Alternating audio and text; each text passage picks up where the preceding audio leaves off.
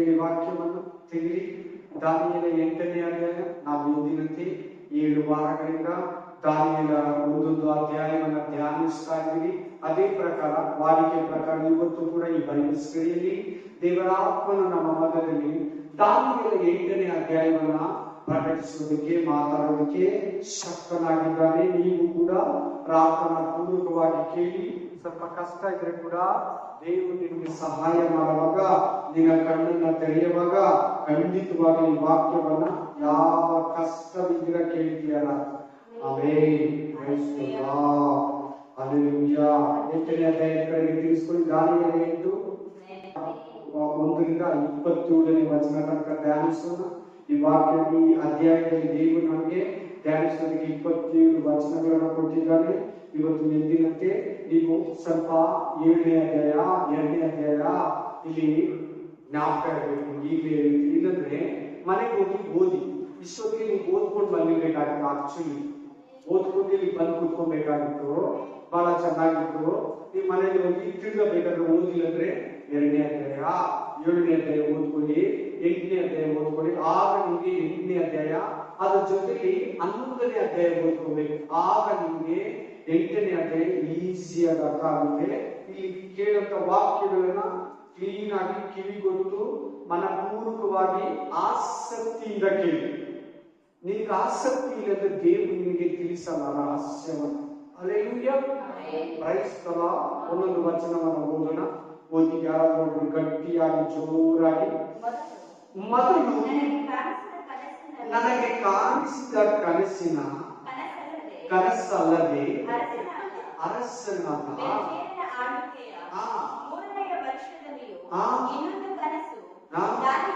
ಈ ಬೆಲ್ಶಚ್ಚರ ಯಾರು? ನೆಬೂಕದ್ನೆಚ್ಚರನ ಮಗ. ನೆಬೂಕದ್ನೆಚ್ಚರನ ಸತ್ತೋದ್ಮೇಲೆ, ನೆಬೂಕದ್ನೆಚ್ಚರನ ಕಾಲ ಆದ್ಮೇಲೆ ಅವನ ಬದಲಿಗೆ ಬೆಲ್ಶಚ್ಚರನು ರಾಜ ಆಗ್ತಾನೆ. 1ನೇ ವರ್ಷದಲ್ಲಿ ಕನಸನ್ನ ಕಾಣ್ತಾನೆ. ಈ ಕನಸನ್ನ ಕಾಣುವಾಗ ಎಷ್ಟನೇ ವರ್ಷ ನೋಡಿ ಅಲ್ಲೇ ಇದೆ ನೋಡಿ, 3ನೇ ವರ್ಷ. 2 ವರ್ಷ ಬಿಟ್ಟು ಇನ್ನೊಂದು ಕನಸನ್ನು ನೋಡ್ತಾರೆ. ಹಲ್ಲೆಲೂಯಾ. ಏನಿದೆ? ಏನ್ ತೋರಿಸ್ತಾರೆ ಈ ಕನಸಲ್ಲಿ? 1ನೇ ಕನಸಲ್ಲಿ 4 ಸಾಮ್ರಾಜ್ಯವನ್ನು ತೋರಿಸ್ತಾರೆ. ಎಷ್ಟು ಸಾಮ್ರಾಜ್ಯ? 4 ಸಾಮ್ರಾಜ್ಯವನ್ನು ತೋರಿಸ್ತಾ 2ನೇ ಸಾಮ್ರಾಜ್ಯದಲ್ಲಿ ಆ 4 ಸಾಮ್ರಾಜ್ಯದಲ್ಲಿ 2 ಸಾಮ್ರಾಜ್ಯಗಳನ್ನು ತೋರಿಸ್ತಾನೆ. ಒಂದು ಮೇದಿಯ ಪೆರ್ಸಿಯ ಸಾಮ್ರಾಜ್ಯ ಅಂದ್ರೆ ಪೆಲ್ಲಿ. 2ನೇದು ಗ್ರೀಕ್ ಸಾಮ್ರಾಜ್ಯ.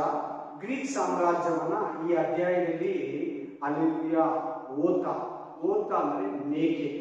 ಹಲ್ಲೆಲೂಯಾ.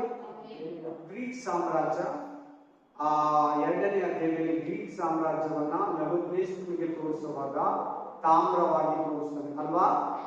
ಮೇದಿಯ ಪೆರ್ಸಿಯ ಸಾಮ್ರಾಜ್ಯವನ್ನ ನೆಬೂಕದ್ನೆಚ್ಚರನಿಗೆ ಏನ್ ತೋರಿಸ್ತಾನೆ? ಬೆಳ್ಳಿಯನ್ನಾಗಿ ತೋರಿಸ್ತಾನೆ. ಅದೇ ದಾನಿಯೇಲನಿಗೆ ದೇವರು 1ನೇ ವರ್ಷದಲ್ಲಿ ಬೆಲ್ಶಚ್ಚರನ ಆಳ್ವಿಕೆ 1ನೇ ವರ್ಷದಲ್ಲಿ ದರ್ಶನ ಕೊಟ್ಟಾಗ ಸಮುದ್ರದಿಂದ 4 ಮೃಗಗಳು ಬರೋದನ್ನು ನೋಡ್ತಾನೆ. ಮೇದಿಯ ಪೆರ್ಸಿಯ ಸಾಮ್ರಾಜ್ಯವನ್ನ ಕರಡಿಗೆ ಹೋಲಿಸ್ತಾನೆ. ಏನ್ ಪ್ರಾಣಿಗೆ? ಮೃಗಕ್ಕೆ ಹೋಲಿಸ್ತಾನೆ, ಕರಡಿಗೆ. ಇಲ್ಲಿ ಟಗರು. ಹೇಳಿ ಎಲ್ಲರೂ, ಟಗರಿಗೆ ಹೋಲಿಸ್ತಾನೆ. ಟಗರು ಅಂದ್ರೆ ನಿಮ್ಗೆ ಗೊತ್ತು, ಕುರಿ. ಕುರಿ ಅಂದ್ರೆ ಅದರಲ್ಲಿ 2 ಕೊಂಬುಗಳಿರೋ ಗಂಡು ಕುರಿ. ಕುದುರೆ ಅಲ್ಲ, ಗಂಡು ಕುರಿ ಟಗರು ಅಂತ. Praise the Lord. ಇಲ್ಲಿ ನೀವು ಈ ಅಧ್ಯಾಯದಲ್ಲಿ ವಿಶೇಷವಾಗಿ ಮೈನ್ 5 ವಿಷಯಗಳು ಚೆನ್ನಾಗಿ ಗೊತ್ತಿರಬೇಕು. ಟಗರು ಅಂದ್ರೆ ಯಾರು? ಓತ ಅಂದ್ರೆ ಯಾರು? ಒಂದು ಕೊಂಬಂದ್ರೆ ಏನು? ದೊಡ್ಡ ಕೊಂಬು. 4 ಕೊಂಬಂದ್ರೆ ಏನು? ಚಿಕ್ಕ ಕೊಂಬಂದ್ರೆ ಏನು? ಈ 5 ವಿಷಯಗಳನ್ನ ತಿಳ್ಕೊಂಡ್ರೆ ಇದು ನಿಮ್ಗೆ ಅರ್ಥ. ಒಂದು ಏನ್ ತಿಳಿಬೇಕು ನಿಮ್ಗೆ? ಟಗರು ಅಂದ್ರೆ ಏನು? ಓತ ಅಂದ್ರೆ ಏನು? ಒಂದು ಕೊಂಬು ಅಂದ್ರೆ ಏನು? ದೊಡ್ಡ ಕೊಂಬು. ಅದರ ಬಿದ್ದೋದ್ಮೇಲೆ ಆ ಕೊಂಬು ಮುರಿದೋದ್ಮೇಲೆ 4 ಕೊಂಬುಗಳು ಬೆಳೆದಿದೆ. ಆ 4 ಕೊಂಬು ಅಂದ್ರೆ ಏನು? 4 ಕೊಂಬುಗಳ ನಡುವೆ ಒಂದು ಚಿಕ್ಕ ಕೊಂಬು ಬೆಳೆದಿದೆ.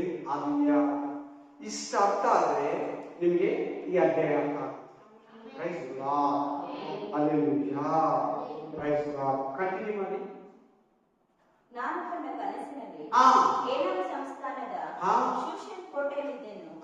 ಕನಸಿನಲ್ಲಿ ಮೂಲ ಕಾಲುವೆ ದಡದ ಮೇಲೆ ನಿಂತುಕೊಂಡಿದ್ದ ಹುಲ್ಲ ಕಾಲುವೆಯ ದಡದ ಮೇಲೆ ನಾನು ಕನಸಲ್ಲಿ ನಿಂತಿದ್ದೀನಿ ಅಂತ ದಾನಿಯೇಲ ಹೇಳ್ತಾರೆ. ನಾನು ಕಣ್ಣೆತ್ತಿ ನೋಡಲು ಇದು ಎರಡು ಕೊಂಬಿನ ಒಂದು ಟಗರು, ಎರಡು ಕೊಂಬಿನ ಒಂದು ಟಗರು ಕಾಲುವೆಯ ಹತ್ತಿರ ನಿಂತಿತ್ತು. ಅದರ ಎರಡು ಕೊಂಬುಗಳು ಉದ್ದವಾಗಿಯೂ. ಮೊದಲೇ ಹೇಳಿದ್ದೀನಿ, ತಿರ್ಗಾ ಹೇಳ್ತಾ ಇದ್ದೀನಿ, ಇದನ್ನ ಕೇಳುವಾಗ ಇದು ಕುರಿ ತರ, ಗಂಡು ಕುರಿ ತರ ತಗೋಬೇಡಿ. ಓತ ಅಂದ್ರೆ ಮೇಕೆ ತರ ತಗೋಬೇಡಿ. ಇಲ್ಲಿ ಗುಡಾರ್ಥವಾಗಿ ಬರೆದಿದೆ. ನಿಮ್ಗೆ ಇಲ್ಲಿ ಇವಾಗ ಇಡೀ ಅಧ್ಯಾಯದಲ್ಲಿ ಕೊಡ್ತೀನಿ. ಮೇಕೆ ಅಂದ್ರೆ ಮೇಕೆನ, ಟಗರು ಅಂದ್ರೆ ಟಗರುನ ಅಲ್ವಾ? ಇನ್ನೇನಾದ್ರೂ ದೇವರ ಆತ್ಮ ಅದಕ್ಕೆ ಬೇರೆ ಅರ್ಥವನ್ನ ಕೊಡ್ತಾನ? ಓದ್ಬಿಡಿ, ನಾನು ಕೆಲವು ವಾಚನವರೆಗೂ ಓದಿಸ್ತೀನಿ. ಆಮೇಲೆ ಮೇಕೆ ಅಂದ್ರೆ ಏನು, ಅಂದ್ರೆ ಓತ ಅಂದ್ರೆ ಏನು, ಎರಡು ಕೊಂಬಿನ ಟಗರು ಅಂದ್ರೆ ಏನು ನಿಮ್ಗೆ ವಿವರಿಸ್ತೀನಿ ದೇವರ ಸಹಾಯದಿಂದ.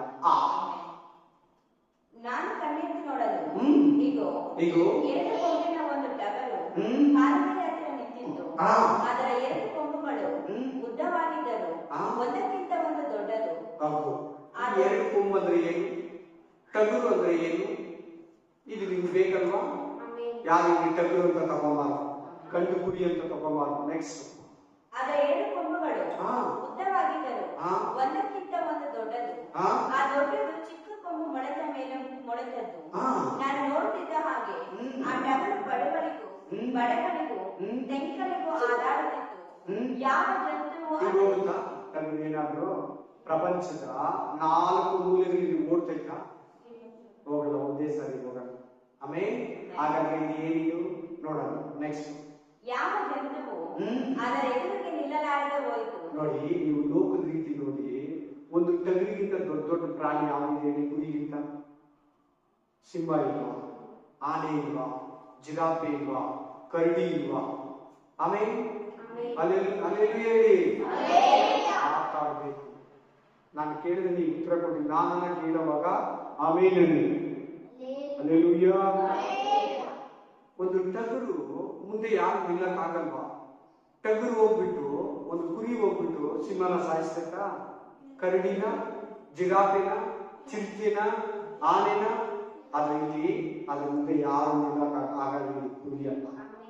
ಹಾಗಾದ್ರೆ ಇದು ನೋಡಿ, ಮುಂದಕ್ಕೆ ನೋಡಿ. ಹಾಗೆ ಯಾವ ಜಂತುವು ಅದರ ಎದುರಿಗೆ ನಿಲ್ಲಲಾರದೆ ಹೋಯಿತು. ಅದರ ಕೈಯಿಂದ ಬಿಡಿಸಲು ಯಾವ ಪ್ರಾಣಿಗೂ ಶಕ್ತಿ ಇರಲಿಲ್ಲ. ಅದು ಮನಸ್ಸು ಬಂದಂತೆ ನಡೆದು ತನಗೆ ಹೆಚ್ಚಿಸಿಕೊಂಡಿತು. ನಾನು ಗಮನಿಸುತ್ತಿರುವಾಗ ಇಗೋ, ಒಂದು ಓಟವು ಪಡವಳಿಂದ. ಸೆಕೆಂಡ್ ಪ್ರಾಣಿ ಯಾವ್ದಿದೆ? ಓತ. ಫಸ್ಟ್ನೇ ಕನಸಲ್ಲಿ ಏನೇನು ಕಂಡ ದಾನಿಯೇಲ? ಕರಡಿ, ಗಂಡು ಪಕ್ಷಿ, ಸಿಂಹ, ಆಮೇಲೆ ಒಂದು ಭಯಂಕರ ಪ್ರಾಣಿ ಚಿರತೆ, ಗಂಡು ಪಕ್ಷಿ ಅಲ್ಲ. ಅಲ್ಲೇಲೂಯಾ. ಈ 4 ಮೃಗಗಳನ್ನ ಕಂಡ. ಇಲ್ಲಿ ಅದೇ ಸಾಮ್ರಾಜ್ಯವನ್ನ ಓತದ ರೂಪದಲ್ಲಿಯೂ, ಕರಡಿಯ ರೂಪದಲ್ಲಿಯೂ, ಟಗರಿನ ರೂಪದಲ್ಲಿ ತೋರಿಸ್ತಾರೆ. ಕಂಟಿನ್ಯೂ ಮಾಡೋಣ. ಒಂದು ಓಟವು ಪಡವಳಿಂದ ಭೂಮಂಡಲವನ್ನೆಲ್ಲ ದಾಟಿಕೊಂಡು ನೆಲವನ್ನು ಸೋಕದೆ ಓಡಿ ಬಂತು. ಅದರ ಕಣ್ಣುಗಳ ನಡುವೆ ವಿಶೇಷವಾದ ಒಂದು ಕೊಂಬಿತ್ತು. ನಾನು ಕಾಲುವೆ ಹತ್ತಿರ ಕಂಡ ಎರಡು ಕೊಂಬಿನ. ಯಾವ ಕೊಂಬುಗಳ ನಡುವೆ ನೋಡೋಣ? ಯಾವ ಕೊಂಬುಗಳ ನಡುವೆ? ಯಾವ ಕಣ್ಣುಗಳ ನಡುವೆ? ಅರ್ಥ ಆಗಿಲ್ಲ. ಹಾಗಾದ್ರೆ ನಿಮ್ಗೆ ಅರ್ಥ ಆಗಿದೆ. ಯಾವ ಕೊಂಬುಗಳ ನಡುವೆ? ಯಾವ ಕಣ್ಣುಗಳ ನಡುವೆ ಒಂದು ಕೊಂಬು ಬೆಳೀತಾ ಇದೆ? ಕಣ್ಣುಗಳ ನಡುವೆ ಅಂತಿದೆಯಾ ನೋಡಿ. ಎಷ್ಟನೇ ವಚನ? 5ನೇ ವಚನದಲ್ಲಿ ಎರಡು ಕಣ್ಣುಗಳ ನಡುವೆ ಒಂದು ಕೊಂಬು ಆಗ್ತಾ ಇದೆ. ಇಲ್ಲಿ ನೋಡಿ, ನನ್ನ ನೋಡಿ, ಇಲ್ಲಿ ಒಂದು ಕೊಂಬಿನ ಬರ್ತಾ ಇದೆ. ಇಲ್ಲಿ ನೋಡ್ಬೇಕಂತ ಇಲ್ಲಿ ಒಂದು ಕೊಂಬು ಬೆಳೀತಾ ಇದೆ, ಎರಡು ಕಣ್ಣುಗಳ ನಡುವೆ. ಓದ್ತಾ ಹೇಳಿ ಎಲ್ಲಾರು. ಮೇಕೆ. ಅಲ್ಲೇಲೂಯಾ. ಇಂಗ್ಲಿಷ್ ಅಲ್ಲಿ GOAT, ಗಾಡ್. ಓಟ್ ಅಂದ್ರೆ ಏನು? ಮೇಕೆ. ಮೇಕೆ ಅಂದ್ರೆ ಏನಂತ ಕೊಡ್ತಾ ಇದ್ದೇನೆ? ಕನ್ನಡದಲ್ಲಿ ಇನ್ನೊಂದು ಪದ ಅದಕ್ಕೆ ಅರ್ಥ. ಕನ್ನಡದಲ್ಲ, ಓತ ಅಷ್ಟೇ. ಜೋಡಿ ಪದಾಂತರ, ಸಮ ಪದಾಂತರ ಅಷ್ಟೇ ವ್ಯತ್ಯಾಸ. ಆಮೇಲೆ ಎರಡು ಕಣ್ಣುಗಳ ನಡುವೆ ಒಂದು ಕೊಂಬು ಬೆಳೀತದೆ. ಆ ಕೊಂಬು ಯಾರು? ನೆಕ್ಸ್ಟ್. ಇಲ್ಲಮ್ಮ, ಓತ ಕಣ್ಣುಗಳ ನಡುವೆ ಕೊಂಬು ಬೆಳೀತಾ ಇದೆ. ಓತ ಬೇರೆ, ಆ ಕೊಂಬು ಬೇರೆ. ಆಮೇಲೆ ಅದರ ಕಣ್ಣುಗಳ ನಡುವೆ ಹಾ. ವಿಶೇಷವಾದ ಒಂದು ಕೊಂಬಿತ್ತು. ಹಾ. ನನ್ನ ಕಾಲಿನ ಎಂತ ಕೊಂಬದು? ವಿಶೇಷವಾದ ಕೊಂಬು. ವಾ, ಈ ಕೊಂಬು ನಿಮ್ಮೆಲ್ಲರಿಗೂ ಗೊತ್ತು, ನಾನೇ ಹೇಳಿದ್ದೀನಿ. ಬಹಳ ಸಾರಿ ಹೇಳಿದ್ದೀನಿ, ಸುಮಾರು ವರ್ಷದಿಂದ ಹೇಳ್ತಾ ಇದ್ದೀನಿ. 2 ಕೊಂಬುಗಳ ಬಗ್ಗೆ ಕೂಡ ಹೇಳಿದ್ದೀನಿ, ಟಗರು ಬಗ್ಗೆ ಕೂಡ ಹೇಳಿದ್ದಾರೆ ದೇವರು ನಿಮಗೆ. ನಾನು ಅನ್ನೋದಕ್ಕಿಂತ ದೇವರು ಅಂತ ಹೇಳಿ, ಯಾಕಂದ್ರೆ ರಹಸ್ಯಗಳನ್ನು ಗೋಚರಪಡಿಸೋದು ಯಾರನ್ನ ಹೇಳಿದ? ದಾನಿಯೇಲ 2ನೇ ಅಧ್ಯಾಯದಲ್ಲಿ ದೇವರು, ದೇವರ ಆತ್ಮ. ಆಮೆನ್. ಹಲ್ಲೆಲೂಯಾ. ಕಂಟಿನ್ಯೂ ಮಾಡು.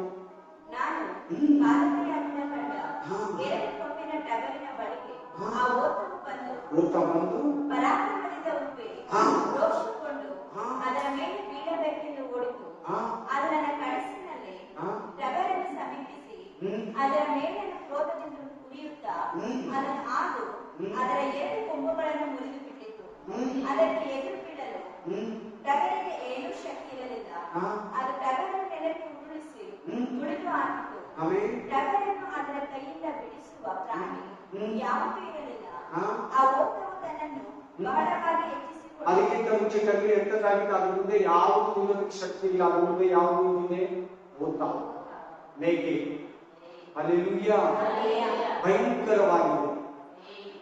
ಸೋತು ಬಿಸಾಕು. ಈ ಲೋಕದ ರೀತಿಯಲ್ಲಿ ಕುರಿಯನ್ನ ಮೇಕೆ ಸೋಲಿಸ್ತಿದ್ದ. ಮೇಕೆ ಸ್ಟ್ರಾಂಗ, ಕುರಿ ಸ್ಟ್ರಾಂಗ? ಕುರಿನೇ ಸ್ಟ್ರಾಂಗ್. ಇಲ್ಲಿ ಮೇಕೆ ಸ್ಟ್ರಾಂಗ್ ಅಂತ ಹೇಳ್ತಿರ್ತಾರೆ, ಮೇಕೆ ಅಲ್ಲ. ನೆಕ್ಸ್ಟ್ ಗೊತ್ತು. ಆ ಓಟವು ತನ್ನನ್ನು ಬಹಳವಾಗಿ ಹೆಚ್ಚಿಸಿಕೊಂಡಿತು. ಆದರೆ ಅದು ಪ್ರಾಬಲ್ಯಕ್ಕೆ ಬಂದಾಗಲೇ ಅದರ ದೊಡ್ಡ ಕೊಂಬು ಮುರಿದು ಹೋಯಿತು. ಅದರ ಸ್ಥಾನದಲ್ಲಿ 4 ಅದ್ಭುತವಾದ ಕೊಂಬುಗಳು ಬೆಳೆಯಿತು. ಮೊಳೆತು ಚತುರ್ದಿಕ್ಕುಗಳಿಗೆ ಚಾಚಿಕೊಂಡವು. ಅವುಗಳಲ್ಲಿ ಒಂದರಲ್ಲಿ ಒಂದು ಚಿಕ್ಕ ಕೊಂಬು ಮೊಳೆತು ಬಹು ದೊಡ್ಡದಾಗಿ ಬೆಳೆದು ತೆಂಕನಲ್ಲಿಯೂ ಮೂಡಲಲ್ಲಿಯೂ ಅನ್ನಚಂದ್ರದ ದೇಶದಲ್ಲಿಯೂ ಪ್ರಬಲವಾಯಿತು. ಅದು ನಕ್ಷತ್ರ ಗಣದ ಮೇಲೆ ಕೈ ಮಾಡುವಷ್ಟು ಹೆಚ್ಚಿ ಆ ಗಣದ ಕೆಲವು ನಕ್ಷತ್ರಗಳನ್ನು. ಈಗ ಇಲ್ಲಿ ನೀವು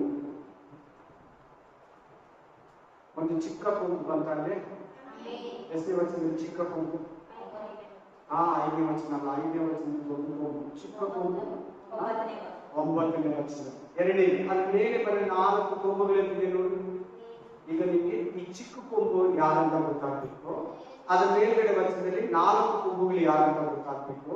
ಅದ್ರ ಮೇಲ್ಗಡೆ ವಚನದಲ್ಲಿ 2 ಕಣ್ಣುಗಳ ನಡುವೆ ಒಂದು ಕೊಂಬು ಬೆಳೆಯಿತು. ಆ ಕೊಂಬು ಯಾರಂತ ಗೊತ್ತಾಗ್ಬೇಕು. ಓಟ ಯಾರಂತ ಗೊತ್ತಾಗ್ಬೇಕಂದ್ರೆ ಮೇಕೆ.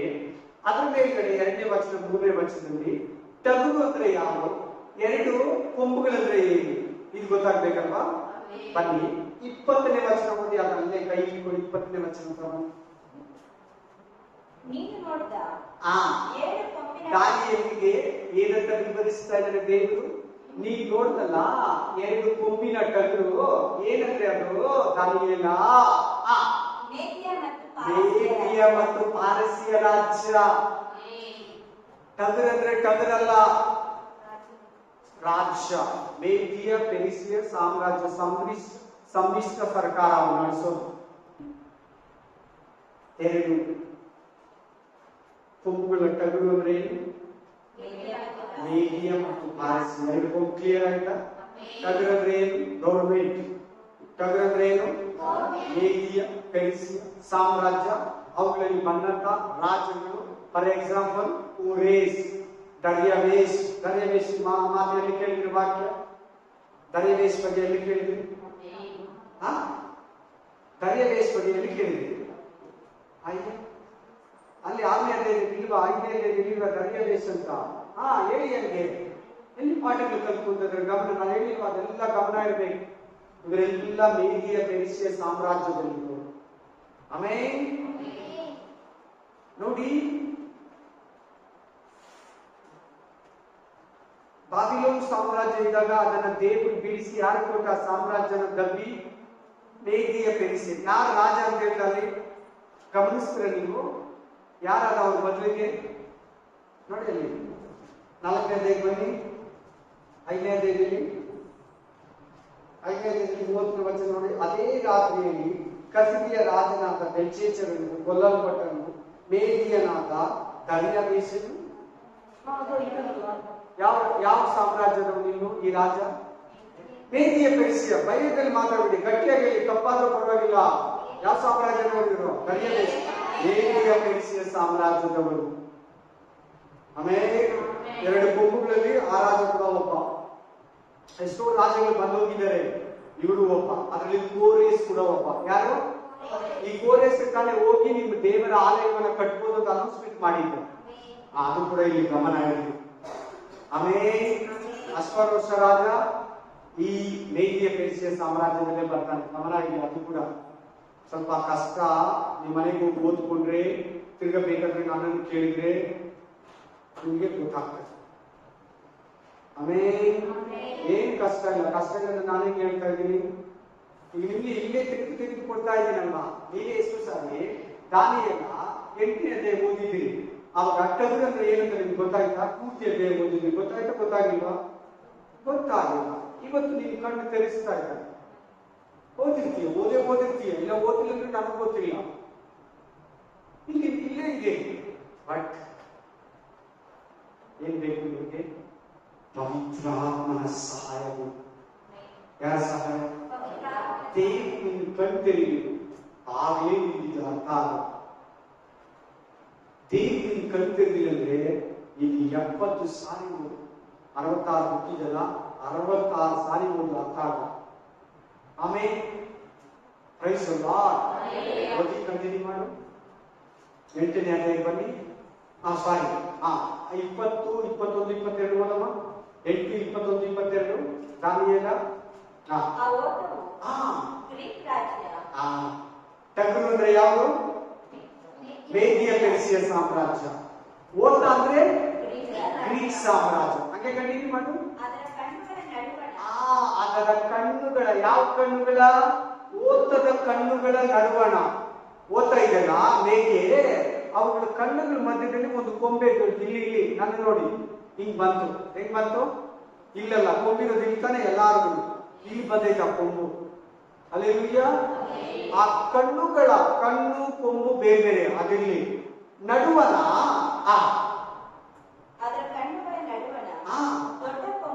ದೊಡ್ಡ ಕೊಂಬು ಆ ರಾಜ್ಯದ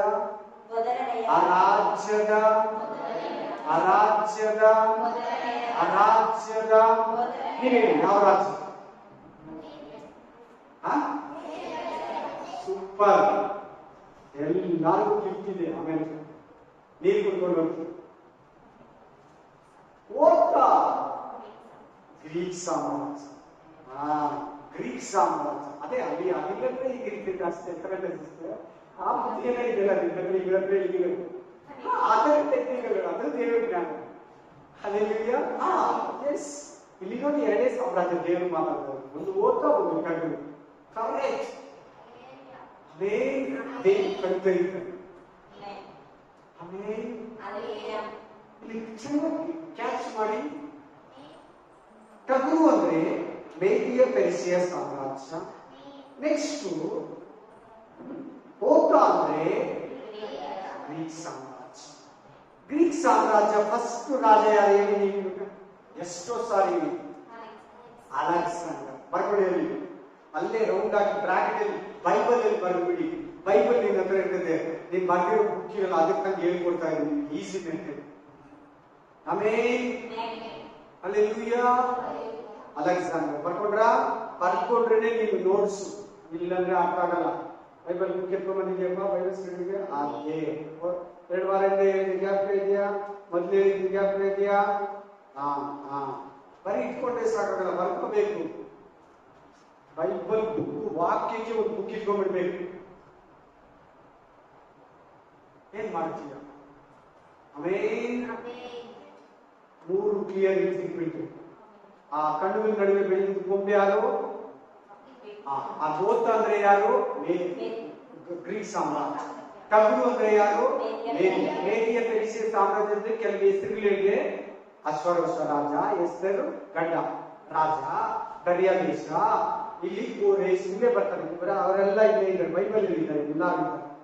ಆಮೇಲೆ ಈಗ ಗ್ರೀಕ್ ಸಾಮ್ರಾಜ್ಯದ ರಾಜಗಳ ಹೆಸರು ಹೇಳ್ತೀನಿ ತಗೊಳ್ಳಿ. ಆಲ್ರೆಡಿ ಹೇಳಿದ್ದೀನಿ, ತಿರ್ಗಾ ಹೇಳ್ತೀನಿ. ಅಲ್ಲೇ ಕೆಳಗಡೆ 4 ಮಧ್ಯೆ ನೋಡಿ, 4 ದಳಪತಿಗಳಿದ್ದಾರೆ, 4 ಅಧಿಪತಿಗಳಿದ್ದಾರೆ, 4 ರಾಜ್ಯಗಳಿದೆ ನೋಡಿ ಅಲ್ಲಿ. ಹಾಗೆ ಕಂಟಿನ್ಯೂ ಮಾಡಮ್ಮ. 21, 22. ಆ ಕೊಂಬು ಮುರಿದ ಮೇಲೆ ಅದರ ಸ್ಥಾನದಲ್ಲಿ ಕೊಂಬು ಅಂದ್ರೆ ಯಾರು? ಅಲೆಕ್ಸಾಂಡರ್. ಅಲೆಕ್ಸಾಂಡರ್ ಸತ್ತೋದ್ಮೇಲೆ, ಅಲೆಕ್ಸಾಂಡರ್ ಯಾವಾಗ ಸತ್ತೋಗಿದ್ದು? 33 ವರ್ಷದಲ್ಲಿ. ಎಷ್ಟು ವರ್ಷದಲ್ಲಿ? ಮುಂದೆ ಬರೋ ಕ್ರಿಸ್ತು ವಿರೋಧಿಗೆ, ಆಂಟಿ ಕ್ರಿಸ್ಟ್ಗೆ ಅಲೆಕ್ಸಾಂಡರ್ ಕೂಡ ಒಂದು ಪಾರ್ಟ್. ಆಮೇಲೆ ನೆಕ್ಸ್ಟ್, ಆ ಕೊಂಬು ಮುರಿದ ಮೇಲೆ ಅದರ ಸ್ಥಾನದಲ್ಲಿ, ಆ ಕೊಂಬು ಮುರಿದಿದ್ದ ಜಾಗದಲ್ಲಿ ಎಷ್ಟು ಕೊಂಬು ಬೆಳೆಯುತ್ತೆ ನೋಡಿ. 4 ಕೊಂಬುಗಳು. ಈ ತರ ಪ್ರಾಣಿ ಎಲ್ಲ ನೋಡಿದ್ದೀರಾ? ನೆಕ್ಸ್ಟ್ 4 ಕೊಂಬುಗಳ ಬಗ್ಗೆ ನೀವು ಕ್ಲಿಯರೆನ್ಸ್ ಬೇಕು. ಇನ್ನೊಂದು ಕೊಂಬು ಬಗ್ಗೆ ಕ್ಲಿಯರೆನ್ಸ್ ಬೇಕು.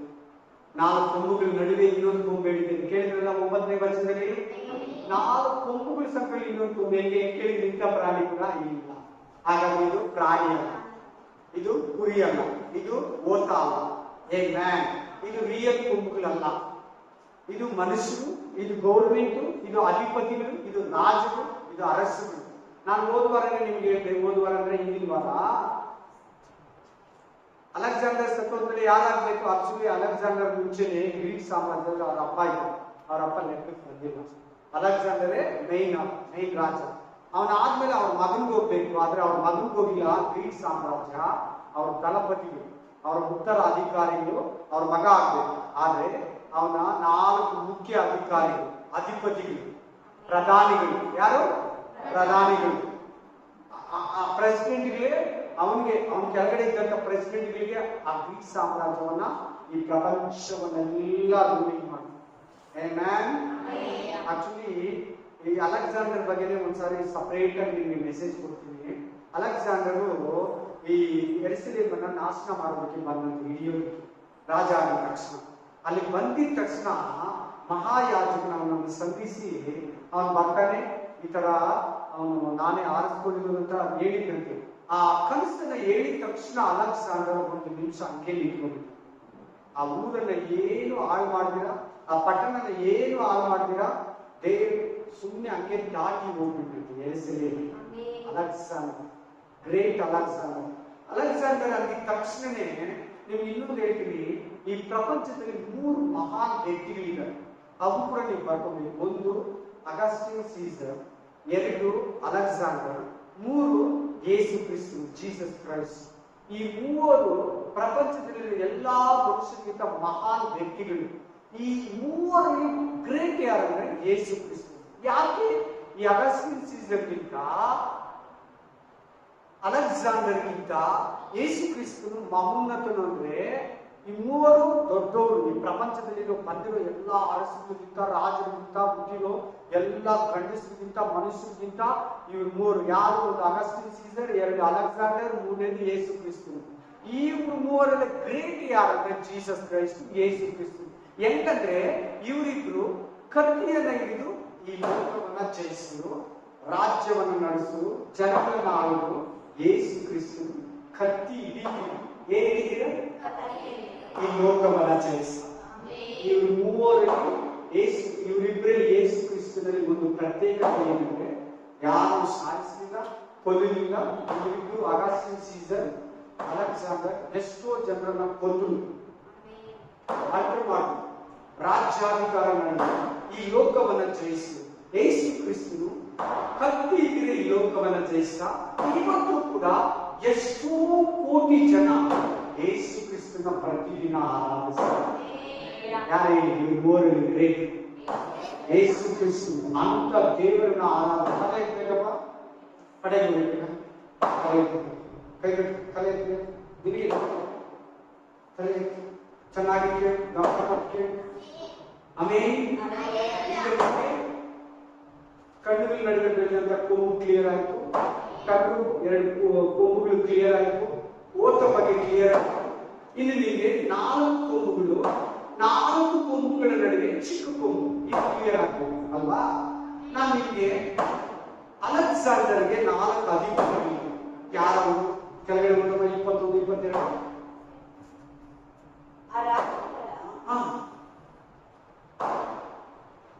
ಆ ಕೊಂಬು ಮುರಿದ ಮೇಲೆ ಅದರ ಸ್ಥಾನದಲ್ಲಿ 4 ಎದ್ದ ಈ ವಿಷಯವೇ 4 ಕೊಂಬು ಯಾರು ನಿಂತಿದೆ. ನೆಕ್ಸ್ಟ್ ಆ ಜನಾಂಗದೊಳಗಿಂದ ಆ ಕೊಂಬು ಯಾರು? ಆ ಕೊಂಬು ಮುರಿದೋಗಿದ್ದ ಮುಂಚೆ 4 ಕೊಂಬು ಬರ್ತಿದ್ದ ಮುಂಚೆ ಒಂದು ಕೊಂಬಿತ್ತಲ್ಲ, ಆ ಕೊಂಬು ಯಾರು ಇವಾಗ ಹೇಳಿ ನೀವು? ಅಲೆಕ್ಸಾಂಡರ್. ಕರೆಕ್ಟ್. ಆಮೇಲೆ ಆ 4 ಕೊಂಬುಗಳು ಎದ್ದ ವಿಷಯವೇನೆಂದರೆ ಆ ಜನಾಂಗದೊಳಗಿಂದ 4 ರಾಜ್ಯಗಳು ಏಳುವವು. ಅದು ಇಲ್ಲೇ ಸಿಕ್ಕಿದ್ರು. ಯಾವ ಜನಾಂಗ? ಗ್ರೀಕ್ ಸಾಮ್ರಾಜ್ಯ.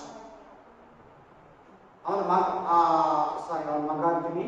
ಈ 4 ಅಧಿಪತಿಗಳು, 4 ದಳಪತಿಗಳು, 4 ಮುಖ್ಯ ಅಧಿಕಾರಿಗಳು ಒಡೆಯನಾದಂತ ಅಲೆಕ್ಸಾಂಡರ್ ಹೋದ್ಮೇಲೆ ಅವನ 4 ದಳಪತಿಗಳು ಇವಾಗ ತಿರುಗಿ ಅದೇ ಲೈನ್ 4 ಕೊಂಬುಗಳು ಎದ್ದ ವಿಷಯವೇನೆಂದರೆ ಆ ಜನಾಂಗದೊಳಗಿಂದ ಆ 4 ರಾಜ್ಯಗಳು ಏಳುವವು. 4 ರಾಜ್ಯಗಳು ಏಳುವವು. ಆದರೆ ಮೊದಲನೆಯ ರಾಜನಿಗೆ ಇದ್ದಷ್ಟು ಶಕ್ತಿಯು ಅವುಗಳಿಗೆ ಇರುವುದಿಲ್ಲ. ಹೀಗೆ ಮೊದಲನೇ ರಾಜ ಯಾರು? ಆದ್ರೆ ಅಲೆಕ್ಸಾಂಡರ್ ಪವರ್ಫುಲ್ ಆಗಿ ರೂಲಿಂಗ್ ಮಾಡ್ದಂಗೆ ಈ 4 ದಳಪತಿಗಳು, ಇವನ್ 4 ಪ್ರಧಾನ ಅಧಿಕಾರಿಗಳು ಈ ಪ್ರಪಂಚವನ್ನ ಅಷ್ಟು ಸ್ಟ್ರಾಂಗ್ ಆಗಿ ಗ್ರೀಕ್ ಗವರ್ಮೆಂಟ್ ಅನ್ನ ಸಾಗಿಸಲಿಲ್ಲ. ಆಮೇಲೆ ಆ ರಾಜ್ಯಗಳ ಕಡೆಯ ಕಾಲದಲ್ಲಿ ಅಧರ್ಮಿಗಳ ಅಧರ್ಮವು ಅಧರ್ಮಿಗಳ ಅಧರ್ಮವು ಇದು ಯಾರು? ಇದೆಲ್ಲ ನೋಡಿ. ಈ ಅಲೆಕ್ಸಾಂಡರ್ 4 ದಳಪತಿಗಳು, 4 ಮುಖ್ಯ ಅಧಿಕಾರಿಗಳು ಅಂತ 4 ಹೆಸರುಗಳು ನೀವ್ ಹೇಳ್ಬೇಕಿದೆ. ಫಸ್ಟ್ ತಪ್ಪಾಗಿರುತ್ತೆ. ಸೆಕೆಂಡು ನಿಕೇಂಡರ್, 3ನೇದು ಲೆಕಿಮಾಸ್, 4ನೇದು ಎಲಿಡರ್, ಮೊದಲನೆಯವನು ಸೆಲಿಕಾಸ್. ಅಲ್ಲೆಲೂಯಾ. ಈಗ 9ನೇ ವಚನ ಹತ್ರ ಬನ್ನಿ. 8, 9 ಓದುವ. 8, 9. ಒಂದು ಚಿಕ್ಕ ಕೊಂಬು ಮೊಳೆತು ಅವು ದೊಡ್ಡದಾಗಿ ಬೆಳೆದು ತೆಂಕನಲ್ಲಿಯೂ ಊರಲ್ಲಿಯೂ ಅಂತಚಂದದ ದೇಶದಲ್ಲಿಯೂ ಪ್ರಬಲವಾಯಿತು. ಅದು ನಕ್ಷತ್ರಗಣದ ಮೇಲೆ. ಈಗ 4 ಕೊಂಬುಗಳು ಯಾರು ಹೇಳೋದು? 4 ಕೊಂಬುಗಳು ಯಾರು? 4 ದಳಪತಿಗಳು. ಅವರ ಹೆಸರೇನು? ಸೆಲಿಕಾಸ್, ನಿಕೆಂಡರ್, ಲೆಕಿಮಾ, ಗೆಲಿಡರ್. ಈ ಚಿಕ್ಕ ಕೊಂಬು ಯಾರು? ಈ ಚಿಕ್ಕ ಕೊಂಬು ಯಾರಂದ್ರೆ ಸೆಲಿಕಾಸ್ ಮಗ. ಚಿಕ್ಕ ಕೊಂಬು ಯಾರು? ಸೆಲಿಕಾಸ್ ಮಗ. ಈ ಚಿಕ್ಕ ಕೊಂಬು ಎಲ್ಲಿ ಬೆಳೆದಿದೆ ನೋಡೋಣ. ಇವಾಗ ಚಿಕ್ಕ ಕೊಂಬು ಎಲ್ಲಿ ಬೆಳೆದಿದೆ? 4 ಕೊಂಬುಗಳ ನಡುವೆ ಬೆಳೆದಿದೆ. ಅಲ್ಲೆಲ್ಲೂಯಾ. 4 ಕೊಂಬುಗಳು ಎಲ್ಲಿ ಬೆಳೆದಿದೆ? ದೊಡ್ಡ ಕೊಂಬು ಮುರಿದೋದಾಗ ಅದೇ ಜಾಗದಲ್ಲಿ ಬೆಳೆದಿದೆ 4 ಕೊಂಬುಗಳು. ಆಮೇಲೆ ಏನ್ ಕನ್ಫ್ಯೂಷನ್ ಇಲ್ಲ ನನಗೆ, ನಿಮ್ಗೇನು ಕನ್ಫ್ಯೂಷನ್ ಆಗ್ತಿದ್ರೆ ನಮ್ಗೆ ಗೊತ್ತಿಲ್ಲ. ಅಲ್ಲೆಲ್ಲೂಯಾ. ಆಮೇಲೆ ಈ ಚಿಕ್ಕ ಕೊಂಬು ಯಾರು? ಈಗ ಹೇಳಿ.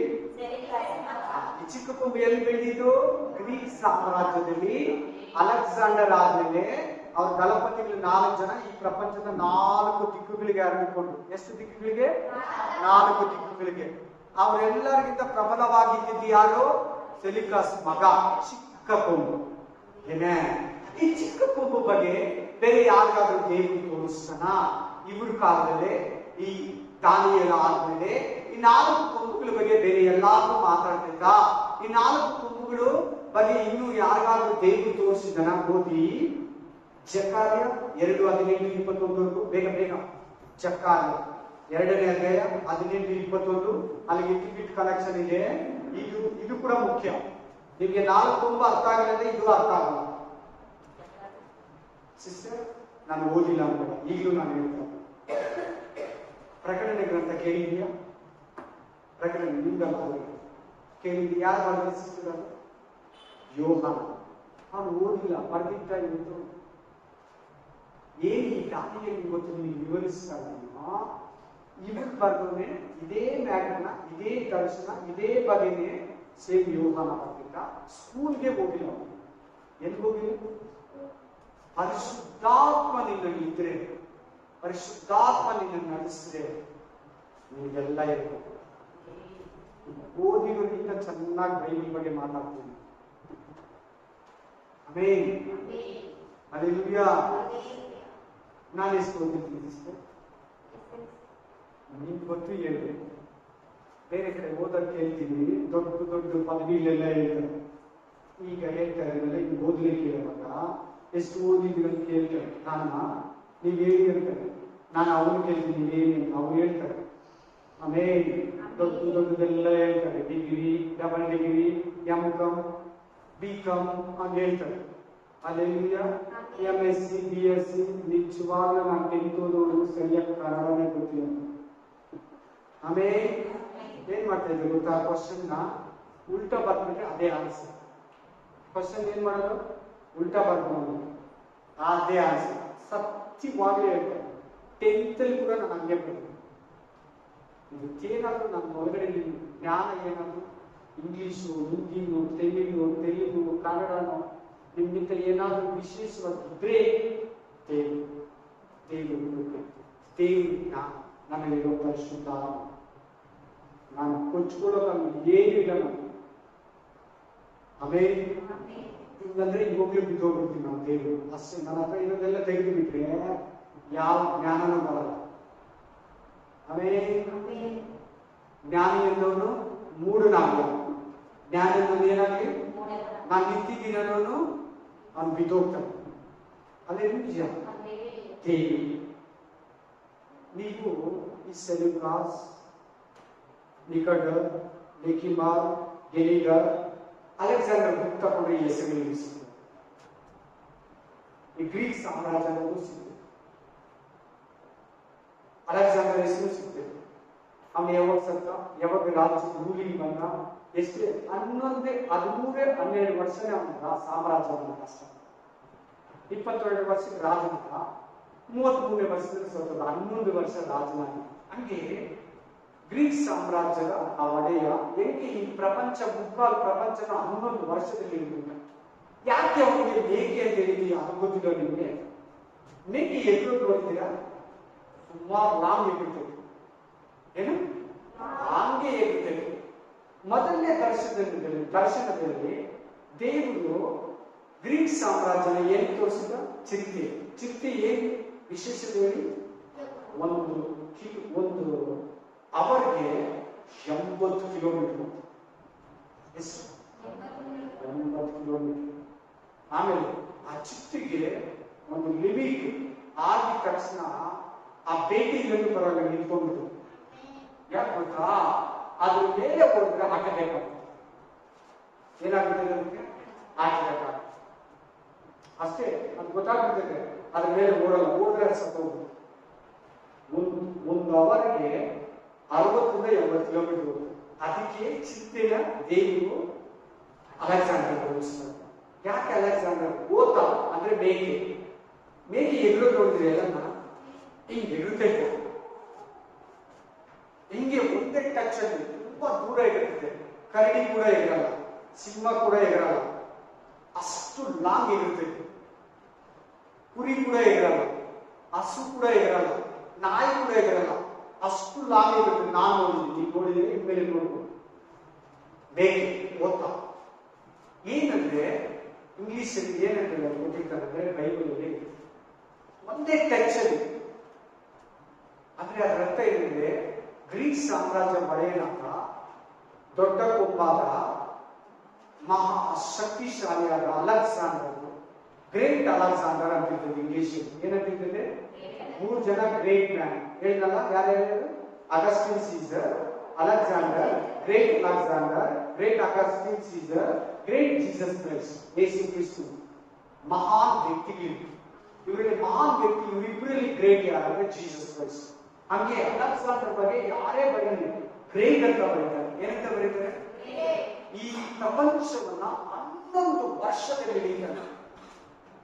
ಕುದುರೆ ಮೇಲೆ ಹೋಗಿ ಹೋಗಿ ಹೋಗಿ ಹೋಗಿ ಯುದ್ಧ ಮಾಡಿ ಮಾಡಿ ಆ ದೇಶನ, ಈ ದೇಶನ, ಶ್ರೀಲಂಕನ, ನೇಪಾಳ ದೇಶನ, ಭಾರತ ದೇಶನ, ಪಾಕಿಸ್ತಾನ, ಆಫ್ಘಾನಿಸ್ತಾನ, ಆಫ್ರಿಕಾ ಖಂಡನ, ಆಫ್ರಿಕಾ ದೇಶಗಳನ್ನ, ಯುರೋಪ್ ಖಂಡಗಳನ್ನ, ಯುರೋಪ್ ದೇಶಗಳನ್ನ, ಅಮೇರಿಕನ, ಸಾರಿ ಇವ್ರ ಕಾಲದಲ್ಲಿ ಅಮೇರಿಕ ಇದೆ, ಸಾರಿ ಇಂಗ್ಲೆಂಡ್ನ ಒಂದೇ. ಅದರ ಅರ್ಥ ಏನಂದ್ರೆ ಹಿಂಗ್ ಎಗಿದ್ರೆ ಅಲ್ಲಿ ಇರ್ತದೆ ಮೇಕೆ, ಒಂದೇ ಟಚ್ ಅಲ್ಲಿ ಇರ್ತಾನೆ. ಚಿರತೆ 60 ಕಿಲೋಮೀಟರ್ಗಿಂತ ಮೇಲೆ ಹೋದ್ರೆ ಏನಾಗ್ತದೆ ಅಂತ ಹೇಳ್ತಾರೆ ನಿಮ್ಗೆ? ಎಷ್ಟೇ ವರ್ಷದಲ್ಲಿ ಸತ್ತದ?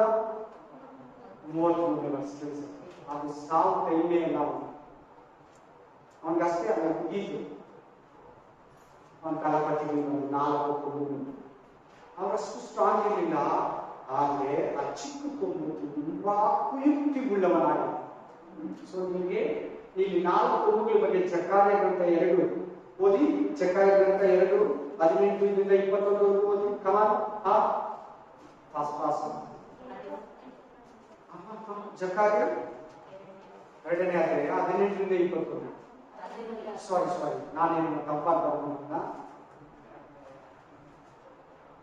ನನಗಂತೂ ಒಂದು ನಿಮಿಷ ನಾನು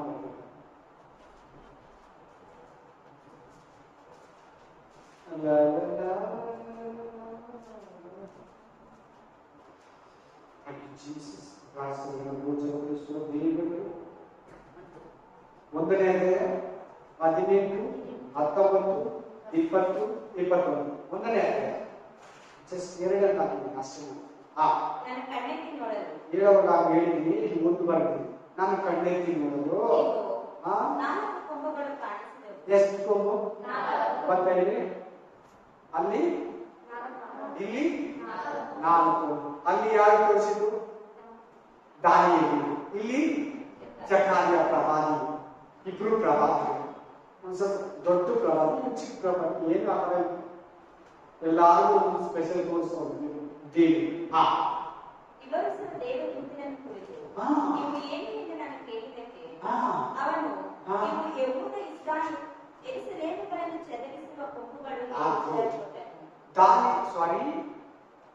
ಈ 4 ಅಧಿಪತಿಗಳು ಎಂತವರು?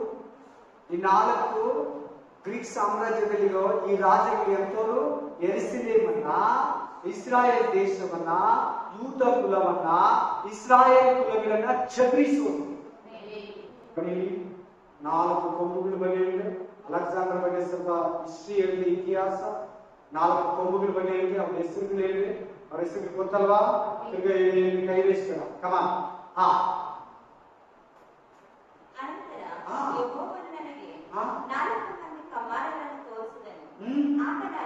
ಇವರು ಏನು ಮಾಡುವುದಕ್ಕೆ ಬಂದಿದ್ದಾರೆ ಎಂದು ಕೇಳಲು ಅವನು, ಈ ಕೊಂಬುಗಳು ಯೆಹೂದದವರಲ್ಲಿಯೂ ಯಾರೂ ತಲೆ ಎತ್ತದಂತೆ ಅವರನ್ನು ಚದುರಿಸಿವೆಯಷ್ಟೇ. ಇವರಾದರೂ ಯೆಹೂದ ದೇಶದವರನ್ನು ಚದುರಿಸಬೇಕೆಂದು ತಲೆ ಎತ್ತಿದ ಜನಾಂಗಗಳ ಕೊಂಬುಗಳನ್ನು ಎದುರಿಸಿ ಕೇಳುವುದಕ್ಕೆ ಬಂದಿದ್ದಾರೆ ಎಂದು ಹೇಳಿದರು. ಇಸ್ರಾಯೇಲ್ ದೇಶವನ್ನ ಕಂಟ್ರೋಲ್ ಮಾಡೋ ರಾಜ್ಯಗಳನ್ನ ಎದುರಿಸಿ ಗೆಲ್ಲೋದಕ್ಕೆ ಬಂದಿರೋ ಸಲಿಕಾಸ್, ನಿಕಡರ್, ಲೆಕಿಮಾರ್, ಗೆನಿದರ್, ಇವು 4 ಜನ ಈ ಕೊಂಬುಗಳು. ಹಲ್ಲೆಲೂಯಾ. ಆದ್ರೆ ಅದೇ ಯೂದ ಜನಾಂಗವನ್ನ, ಇಸ್ರಾಯೇಲ್ ಜನಾಂಗವನ್ನ ನಾಶನ ಮಾಡಿದ ದೇಶವನ್ನ ಹಿಡಿಯಬೇಕಂತ ಎಂಟ್ರೆನ್ಸ್ ಅಲ್ಲಿ ಬಂದ. ಎಲ್ಲಿ ಬಂದ? ಎಂಟ್ರೆನ್ಸ್ ಗೆ ಬಂದ. ಯಾರು? ಗ್ರೀಕ್ ಸಾಮ್ರಾಜ್ಯ ಮೊದಲನೇ ರಾಜನಾದ ಅಲೆಕ್ಸಾಂಡರ್. ಅಲ್ಲಿ ಏನಾಯ್ತು? ಅವ್ರಿಗೆ ಒಂದು ಬೆಳಕು ಕಾಣಿಸ್ತು. ಎಂಟ್ರೆನ್ಸ್ ಅಲ್ಲಿ ಏನ್ ಕಾಣಿಸ್ತು ಅಲೆಕ್ಸಾಂಡರ್ಗೆ? ಒಂದು ಬೆಳಕು. ಅದಕ್ಕಿಂತ ಮುಂಚೆ ಅಲ್ಲೊಂದು ರಾಜ ಇದ್ದ. Amen. Hallelujah. Praise the Lord. Praise Jesus. Amen. ಅವನ ಹೆಸರು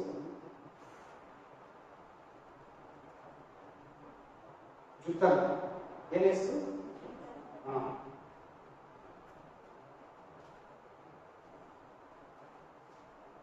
ಈ ಯಾಜಕನಲ್ಲಿದ್ದ ಈ ಪ್ರವಾದಿನು ಅಲ್ಲಿದ್ದ.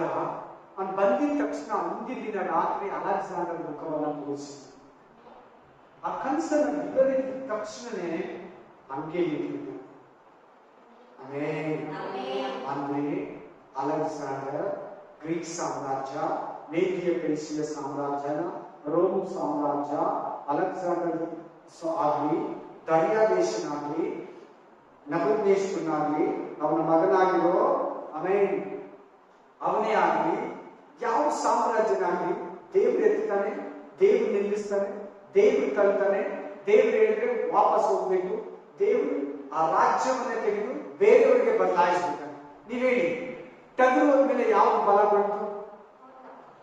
ಓದ್ತ ಏನ್ ಮಾಡ್ತು? ಟಗರನ್ನ ಚಿಂದಾಗ್ಬಿಡ್ತು, ಸೋಲಿಸ್ಬಿಡ್ತು. ಅದು ಮುಂದೆ ಆ ಮೇದಿಯ ಪೆರ್ಷಿಯ ಸಾಮ್ರಾಜ್ಯ ನಿಲ್ಲಕ್ಕೆ ಆಗಲಿಲ್ಲ. ಅದು ಎಂತದ್ದು? ಟಗರು ಅಂತ ವಾಕ್ಯ ಹೇಳ್ತು. ಬಹಳ ಕೊಚ್ಕೊಳ್ಳೋದು, ಬಹಳ ಗರ್ವ ಪಡೋದು, ಬಹಳ ಅಹಂನಿಂದ ಈ ಪ್ರಪಂಚವನ್ನ ರೂಲಿಂಗ್ ಮಾಡೋದು ಮೇದಿಯ ಪೆರ್ಷಿಯ ಸಾಮ್ರಾಜ್ಯ. ಅದೇ ತರನೇ ಕ್ರಿಸ್ತು ವಿರೋಧಿ ಈ ಲೋಕವನ್ನ ಬಹಳ ಕೊಬ್ಬಿನಿಂದ, ಅಹಂಕಾರದಿಂದ, ಅಗೌರವದಿಂದ ತುಂಬಾ ಮೋಸವಾಗಿ ಈ ಪ್ರಪಂಚವನ್ನ ರೂಲಿಂಗ್ ಮಾಡ್ತಾರೆ. ಇಲ್ಲಿ ಕ್ರಿಸ್ತು ವಿರೋಧಿ ಇದ್ದಾನೆ, ಈ ವಾಕ್ಯದಲ್ಲಿ ಇದ್ದಾನೆ. ಆಮೇಲೆ ಮುಂದಕ್ಕೆ ಹೋಗಿ 4 ಕೊಂಬು ಏನಂತ ಗೊತ್ತಾಗ್ಬಿಡ್ತಾ? ಈಗ ಚಿಕ್ಕ ಕೊಂಬು ಹತ್ರ ಬಂದ್ರೆ 9ನೇ ವಚನ, 8, 9 ಕಮಾನ್ ಫಾಸ್ಟ್. ದಾನಿಯೇಲ 8, 9 ಹತ್ರ ಬಂದ್ಬಿಡಿ. ಈ ಕೊಂಬು ಯಾರು? ಸೆಲಿಕಾಸ್ ಮಗ. ಇವನು ಬಹಳವಾಗಿ ಬೆಳೆದು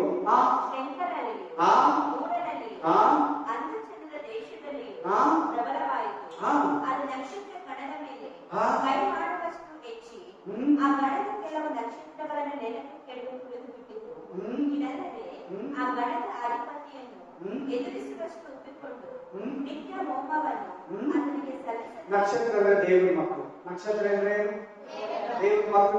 ಅವರ ಅಧಿಪತಿ ಯಾರು? ನಕ್ಷತ್ರಗಳ ಅಧಿಪತಿ ಯೇಸು ಕ್ರಿಸ್ತನು, ಪರಲೋಕದ ತಂದೆಯಾದ ದೇವರು. ಎದುರಿಸುವಷ್ಟು, ವಿರೋಧಿಸುವಷ್ಟು ಪ್ರಬಲವಾಯಿತು. ಅದು ನಕ್ಷತ್ರ ಗಣದ ಮೇಲೆ ಕೈ ಮಾಡುವಷ್ಟು ಹೆಚ್ಚಿ ಆ ಗಣದ ಕೆಲವು ನಕ್ಷತ್ರಗಳನ್ನು ನೆಲಕ್ಕೆ ಕೆಳಗೆ ತುಳಿದು ಬಿಟ್ಟಿತು. ಇದಲ್ಲದೆ ಆ ಗಣದ ಅಧಿಪತಿಯನ್ನು ಎದುರಿಸುವಷ್ಟು ಒಪ್ಪಿಕೊಂಡು ನಿತ್ಯ ಹೋಮವನ್ನು ಆತನಿಗೆ ಸಲ್ಲದಂತೆ ಮಾಡಿ ಆತನ ಪವಿತ್ರ ಸ್ಥಾನವನ್ನು ಕೆಡವಿ ನಿತ್ಯ ಹೋಮವನ್ನು ಅಡಗಿಸುವುದಕ್ಕೆ ನೀಚತನದಿಂದ ಒಂದು ಸೈನ್ಯವನ್ನಿಳಿಸಿ ಸತ್ಯ ಧರ್ಮವನ್ನು ನೆಲಕ್ಕೆ ತೊಪ್ಪಿ ತನ್ನ ಶ್ರಾದ್ದವನ್ನು ನೆರವೇರಿಸಿಕೊಂಡು ವೃತ್ತಿಗೆ ಬಂದು ಆಗ ಒಬ್ಬ ದೇವದೂತನು ಮಾತಾಡುವುದನ್ನು ಕೇಳಿದೆನು. ಇಲ್ಲಿ ಯಾರಿದ್ದಾರೆ? ಆಂಟಿಫೋರ್ ಎಕಿಫನಸ್. ಯಾರಿದ್ದಾರೆ? ಕನ್ನಡದಲ್ಲಿ ಏನಂತಾರೆ ಅಂದ್ರೆ 4ನೇ ಅಂತ್ಯಯೋಗ್ಯರು. 4ನೇ ಅಂತ್ಯಯೋಗ್ಯರು. ಇಂಗ್ಲಿಷಲ್ಲಿ ಅಂಟಿಫೋರ್ ಎಕಿಫನಸ್. ಅಂಟಿಫೋರ್ ಎಕಿಫನಸ್ 4ನೇ ಅಂತ್ಯಯೋಗ್ಯರು. ಇವನು ಏನ್ ಮಾಡಿದ್ರೆ, ದೇವಾಲಯದಲ್ಲಿ ಹೋಗಿ, ಸೊಲೊಮೋನ್ ಕಟ್ಟಿದಂತ ದೇವಾಲಯದಲ್ಲಿ ಹೋಗಿ, ಅದು ಡೆಮೊಲಿಷನ್ ಆದ್ಮೇಲೆ ಕೋರೇಸರು ದೇವಾಲಯವನ್ನ ಕಟ್ಟಿದ್ರು. ಯಾರು ಕಟ್ಟಿದಂದ್ರೆ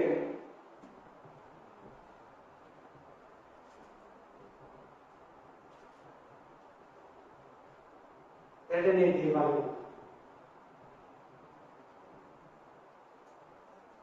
amen. Praise the Lord. Hallelujah.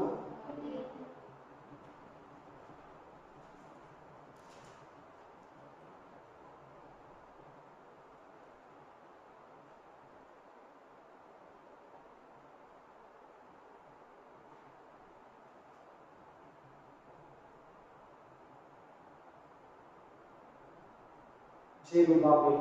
Hallelujah. ಎರಡನೇ ದೇವಾಲಯವನ್ನು ಯಾರ ಮೂಲಕ ಕಟ್ಟಿಸ್ತಾರೆ? ದೇವರು ಜೆರುಬ್ಬಾಬೆಲ್. ಹಲ್ಲೆಲೂಯಾ. ಜೆರುಬ್ಬಾಬೆಲ್ ಕಟ್ತಾರೆ. ಆ ದೇವಾಲಯದಲ್ಲಿ ಈ ಗ್ರೀಕ್ ಸಾಮ್ರಾಜ್ಯದ ಸೆಲ್ಯೂಕಸ್ ಮಗನಿಂದ ಹುಟ್ಟಿದ 4ನೇ ಅಂತಿಯೋಕ್ಯನೆಂಬ ಅಂಟಿಫೋರ್ ಎಕಿಫನಸ್ ಅನ್ನೋ ರಾಜ. ಇಂಗ್ಲಿಷ್ ಅಂಟಿಫೋರ್ ಎಕಿಫನಸ್, ಕನ್ನಡದಲ್ಲಿ 4ನೇ ಅಂತಿಯೋಕ್ಯನು. ಆಮೇಲೆ ಇವನು ನುಗ್ಗಿ ಅಲ್ಲಿ ಜನಗಳು, ಹೆಂಗಸರು, ಚಿಕ್ಕ ಮಕ್ಕಳು ಅನ್ನೋರ್ನ ಕೊಲ್ಲಿ ಎಷ್ಟು 80,000 ಜನನ, 1,20,000 ಜನನ ಕೊಂದು ಆ ರಾಜ್ಯ ದೇಶವನ್ನೆಲ್ಲ ಹಾಳು ಮಾಡಿ ಅಲ್ಲಿರೋ ಸುತ್ತನ್ನೆಲ್ಲ ಸುತ್ತಕೊಂಡು ಮಕ್ಕಳಂದಿರ, ಹೆಂಗಸರಂದಿರ, ಮುದುಕರಂದಿರ ಕೊಂದು ಆ ದೇವಾಲಯದಲ್ಲಿ ನುಗ್ಗಿ ಅಲ್ಲಿ ಅಧಿಪತಿಗಳನ್ನ ಕೊಂದು ಅಲ್ಲಿ ಆಳೋ ಆಮೇಲೆ ಅಧಿಕಾರಿಗಳನ್ನ ಕೊಂದು ಅಲ್ಲಿ ಯಾಜಕ ಉದ್ಯೋಗ ನಡೆಸುವ ಯಾಜಕರನ್ನ ಕೊಂದು ಆ ದೇವಾಲಯದಲ್ಲಿ ನುಗ್ಗಿ ಯಜ್ಞ ನಡೆಸ್ತಾ ಇದ್ದಂತ ಯಾಜಕರನ್ನ ಆಚೆ ತಳ್ಳಿ ಸಾಯಿಸಿ ಆ ಸ್ಥಳದಲ್ಲಿ ಹಂದಿಯನ್ನು ಕುಯ್ತಾರೆ. ದೇವಾಲಯದಲ್ಲಿ ಏನನ್ನ ಕುಯ್ತಾರೆ? ಹಂದಿಯನ್ನು. ಯೆರೂಸಲೇಮಿನಲ್ಲಿ ಇಸ್ರಾಯೇಲ್ ದೇಶದಲ್ಲಿ ದೇವಾಲಯದಲ್ಲಿ ನಡೆದಿರೋದನ್ನ ಅಲ್ಲಿ ವಿವರಿಸ್ತಾ ಇದ್ದಾರೆ. ಇದು ನಿಮಗೆ 11ನೇ ಅಧ್ಯಾಯದಲ್ಲಿ ವಿವರಿಸಿದ್ದಾರೆ ಪೂರ್ತಿ. ಎಷ್ಟನೇ ಅಧ್ಯಾಯ? 11ನೇ ಅಧ್ಯಾಯಕ್ಕೆ ನೀವು ವೇಟ್ ಮಾಡ್ಬೇಕು. ಇದ್ರ ಬಗ್ಗೆ ಸ್ವಲ್ಪ ಡೀಟೇಲ್ ಜಾಸ್ತಿ ಇದೆ. ಅದೇನಂತ ಇದನ್ನೇ ಸೇಮ್ ಕ್ರಿಸ್ತು ವಿರುದ್ಧ 7 ವರ್ಷ ಆಳ್ವಿಕೆಯಲ್ಲಿ ಇದೇ ಕಾರ್ಯವನ್ನ ಮಾಡ್ತಾನೆ. 3ನೇ ದೇವಾಲಯದಲ್ಲಿ, 3ನೇ ದೇವಾಲಯ ಇನ್ನೂ ಕಟ್ಟಿಲ್ಲ. 3ನೇ ದೇವಾಲಯ ಇನ್ನೂ ಕಟ್ಟಿಲ್ಲ. ಈ ವಾಕ್ಯ ಎಲ್ಲಿದೆ ಅಂದ್ರೆ ಮತ್ತಾಯ ಗ್ರಂಥ 24ನೇ ಅಧ್ಯಾಯದಲ್ಲಿ ಸೇಮ್ ವಾಕ್ಯ. Amen. Hallelujah. Praise the lord. ನೀವು ಹೋಗಿ ಅಲ್ಲಿ ಯೇಸು ಕ್ರಿಸ್ತನ ದೇವರಾರಾಧನೆಯನ್ನು ನಿಲ್ಲಿಸಿ, ಯಜ್ಞಗಳನ್ನು ನಿಲ್ಲಿಸಿ, ನೈವೇದ್ಯಗಳನ್ನು ನಿಲ್ಲಿಸಿ, ದೇವರಿಗೆ ವಿರೋಧವಾಗಿ ನಿಂತು, ನಕ್ಷತ್ರ ಅಂದ್ರೆ ದೇವರ ಮಕ್ಕಳಿಗೆ ವಿರೋಧವಾಗಿ ನಿಂತು, ಅಲ್ಲಿ ದೇವಾಲಯದಲ್ಲಿ ಹಂದಿಯನ್ನು ಕುಯ್ದು, ಹಂದಿ ಯಹೂದರಿಗೆ ಇಸ್ರಾಯೇಲರಿಗೆ ಅಶುದ್ಧ ಪ್ರಾಣಿ, ಅದನ್ನು ತಿನ್ನಬಾರ್ದು, ಮುಟ್ಟಬಾರ್ದು. ನೀವು ಬೋಡಿಸಿರ್ತೈತಲ್ಲ, ಮೇಲಕ್ಕೆ ಹಾಕ್ತೈತಲ್ಲ, ಅದನ್ನ ನಾವು ತಿನ್ನಂಗಿಲ್ಲ. ಧರ್ಮಶಾಸ್ತ್ರದಲ್ಲೇ ಬರುತ್ತೆ. ಅಂತ ಪ್ರಾಣಿಯನ್ನು ತಂದು ಆಲಯದಲ್ಲಿ ಕುಯ್ತಾನೆ. ದೇವಾಲಯ ಸ್ಥಳದಲ್ಲಿ, ಆ ಪವಿತ್ರ ಸ್ಥಳದಲ್ಲಿ, ಅತಿ ಪರಿಶುದ್ಧ ಸ್ಥಳದಲ್ಲಿ ಜೂಯಿಸ್ ದೇವರನ್ನ, ಜೂಯಿಸ್ ಅಲ್ಲ, ಏನಂತ ಬರ್ತದೆ ಅಂದ್ರೆ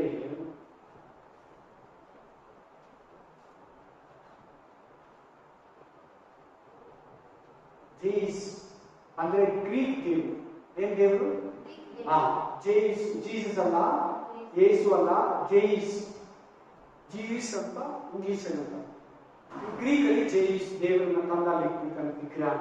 ಇದಕ್ಕೆ ಹಿಂದೆ ಪೂಜೆ ಮಾಡಿ, ಇದಕ್ಕೆ ಯಜ್ಞ ಮಾಡಿ, ಅಲ್ಲಿ ಯಜ್ಞವನ್ನು ನಿಲ್ಲಿಸ್ಬಿಟ್ಟ, ಯಾಜಕತ್ವವನ್ನು ನಿಲ್ಲಿಸ್ಬಿಟ್ಟ, ಲೇವಿಯನ್ನ ಈಚೆ ತಂದ್ಬಿಟ್ಟ, ಹಂದಿಯನ್ನ ತಂದು ಕುಯ್ದ, ಜನಗಳನ್ನ ಕೊಂದ, ದೇವ್ರ ಮಕ್ಕಳನ್ನ ಪೀಡಿಸಿದ, ಜನಗಳೆಲ್ಲರನ್ನು ಗದಿಯಲ್ಲಿ, ಅಡಿಗೆಯಲ್ಲಿ, ಸೌದು ಗೊಂದುಗಳಲ್ಲಿ ಊರು ಬಿಟ್ಟು ಯೂದ ದೇಶವನ್ನು ಬಿಟ್ಟು ಓಡೋಗ್ಬಿಟ್ಟು, ಅದೇ ಸೇಮ್ 7 ವರ್ಷ ಉಪದ್ರವ ಕಾಲದಲ್ಲಿ ನಡೆಯುತ್ತೆ. ಅದೇ 4ನೇ ಅಂತಿಯೋಕ್ಯ ಆತ್ಮ ಪಾತಾಳದಲ್ಲಿ ಎಲ್ಲಿದೆ? ಆ ಆತ್ಮ ಬಂದು ಕ್ರಿಸ್ತು ವಿರೋಧಿ ಅನ್ನೋ ಮನುಷ್ಯ, ನಾವೆಲ್ಲಿ ನೀನೆಲ್ಲಿ ಒಂದು ತಾಯಿ ಹೊಟ್ಟೆಯಲ್ಲಿ ಯೇಸು ಕ್ರಿಸ್ತು ಮರಿಯಳ ಗರ್ಭದಲ್ಲಿ ಇದ್ದಂಗೆ ನೀನು ನಾನು, ನಿಮ್ಮ ತಾಯಿ ನಮ್ಮ ತಾಯಿ ಹೊಟ್ಟೆಯಲ್ಲಿ ನಾನು, ನಿಮ್ಮ ತಾಯಿ ಹೊಟ್ಟೆಯಲ್ಲಿ ನೀನು ಇದೆ. ಹಂಗೆ ಕ್ರಿಸ್ತು ವಿರೋಧಿ ಕೂಡ ರಿಯಲ್ ಆಗಿ ಒಂದು ತಾಯಿ ಹೊಟ್ಟೆಯಲ್ಲಿ ಹುಟ್ಟುತ್ತಾನೆ. ಹುಟ್ಟಿ ಚೆನ್ನಾಗಿ ಓದ್ತಾನೆ, ಶೂಟ್ ಹಾಕಿರ್ತಾನೆ, ಕಾಲೇಜ್ ಕೂಡ ಓದಿದ್ದು ಗೊತ್ತಿಲ್ಲ, ಚೆನ್ನಾಗಿ ಓದ್ತಾನೆ.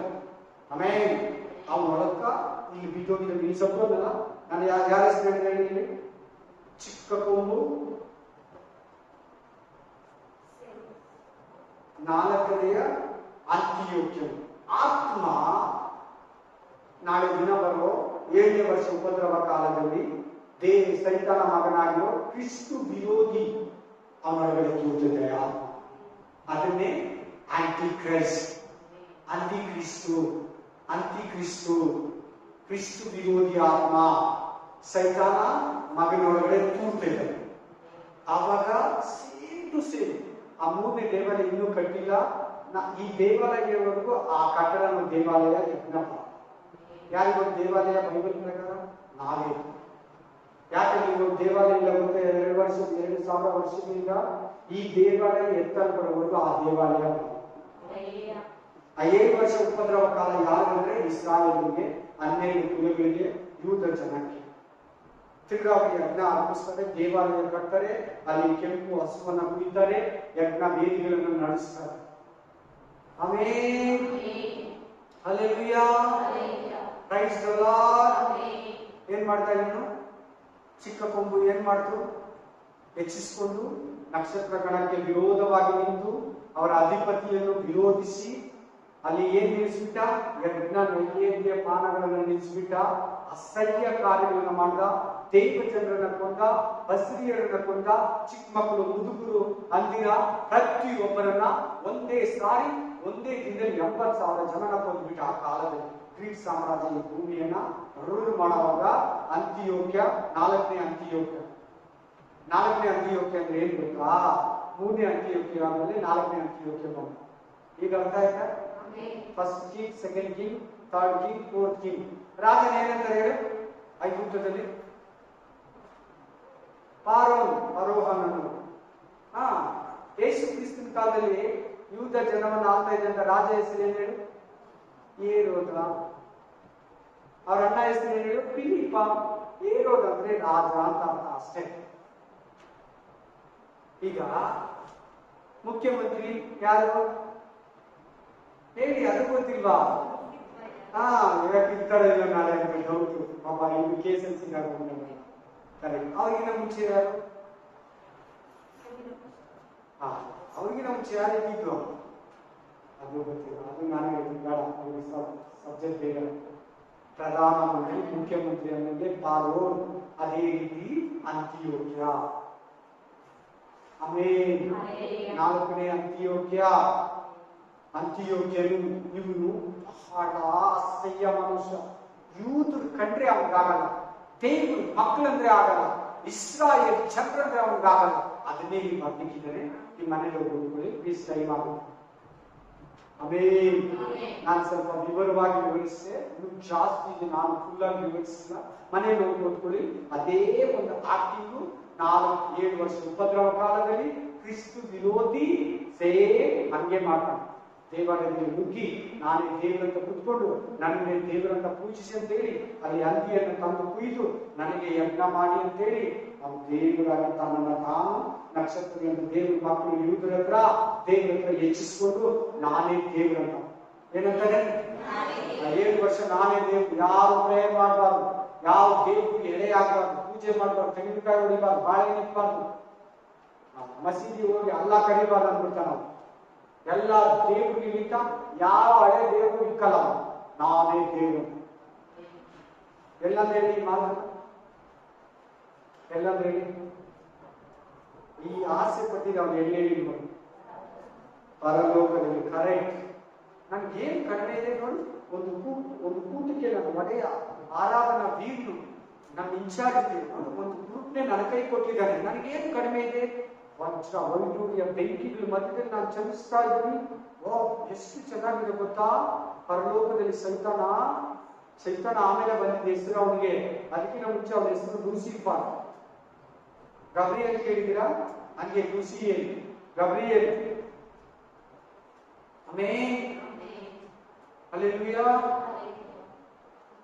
ಈ ಲೂಸಿಫರ್ ಆರಾಧನಾ ನಾಯಕರು, ಗಬ್ರಿಯೇಲು ಮೆಸೇಂಜರ್, ಸುದ್ದಿಯನ್ನು ತಗೊಂಡು ಕೊಟ್ಬಿಟ್ಟು ಹೋಗೋರು. ಆಮೇಲೆ ಇನ್ನೊಂದು ಹೆಸರು ಕೇಳಿದ್ರೆ ಪ್ರಧಾನ ದೂತರು. ಯಾರಿಗೆ ಇಲ್ಲ ನೋಡಿ ಕೇಳಿದ್ರೆ ನಾನೇ ಹೇಳಿದ್ದೀನಿ. ಮಿಕಾಯೇಲ್, ಇಂಗ್ಲಿಷಲ್ಲಿ ಮೈಕಲ್. ಅಂದ್ರೆ ಫೈಟರ್ ಅಂತ. ಏನಂತ? ಯುದ್ಧ ಮಾಡಿದ್ರೆ ಅವನಿಗೂ ದೊಡ್ಡ ದೂತರು ಇವು. ದೇವ್ರ ಹತ್ರ ಅಲ್ಲ, ದೇವ್ರ ಕೈಯಲ್ಲಿರುವ ದೂತರುಗಳು. ರಫಾಯೇಲ್ ಅಂದ್ರೆ ಬೇಲ್ ಮಾಡೋದು, ಸ್ವಸ್ಥಪಡಿಸೋ ದೂತ. ಈಗ 4 ದೂತರ ಹೆಸರಿದೆ. ಅದರಲ್ಲಿ ಒಂದು ದೂತ ಯಾರಿಗೆ? ಲೂಸಿಫರ್, ಲೂಸಿಯೇಲ್, ಮಿಕಾಯೇಲ್, ಮೈಕಲ್, ಮಿಕಾಯೇಲ್, ರಫಾಯೇಲ್, ಸ್ವಸ್ಥಪಡಿಸೋ ದೂತರು. ಇವತ್ತು ಆ ದೂತರು ಇದ್ದಾನೆ. ಬಂದು ಯಾರು ಪಾಸ್ಟ್ ಪ್ರೇ ಮಾಡ್ತಾ ಇದ್ದಾರೋ ಎಲ್ಲ ಅವರೇ ಮನೆಯಲ್ಲಿ ಪ್ರೇ ಮಾಡ್ತಾರೆ. ಆ ದೂತರು ಬಂದು ಸ್ವಸ್ಥಪಡಿಸಿ ಹೋಗಿ ದೇವರಿಗೆ ಎಲ್ಲ ಮ್ಯಾಟ್ ಬೇರೆ ಆಗುತ್ತೆ. ಅಂತಿಫೋನಿಫೋನಸ್ ಬಗ್ಗೆ ಹೇಳಿದಲ್ವಾ? ಅದನ್ನೇ ನಾನು 11ನೇ ಅಧ್ಯಾಯದಲ್ಲಿ ಅದನ್ನ ಸ್ವಲ್ಪ ವಿವರಿಸಿ ಕಂಟಿನ್ಯೂ ಮಾಡುವ. ಎಲ್ಲಿ ಅಧ್ಯಾಯದಲ್ಲಿ ನಿಲ್ಲಿಸಿರೋದ್ರಲ್ಲಿ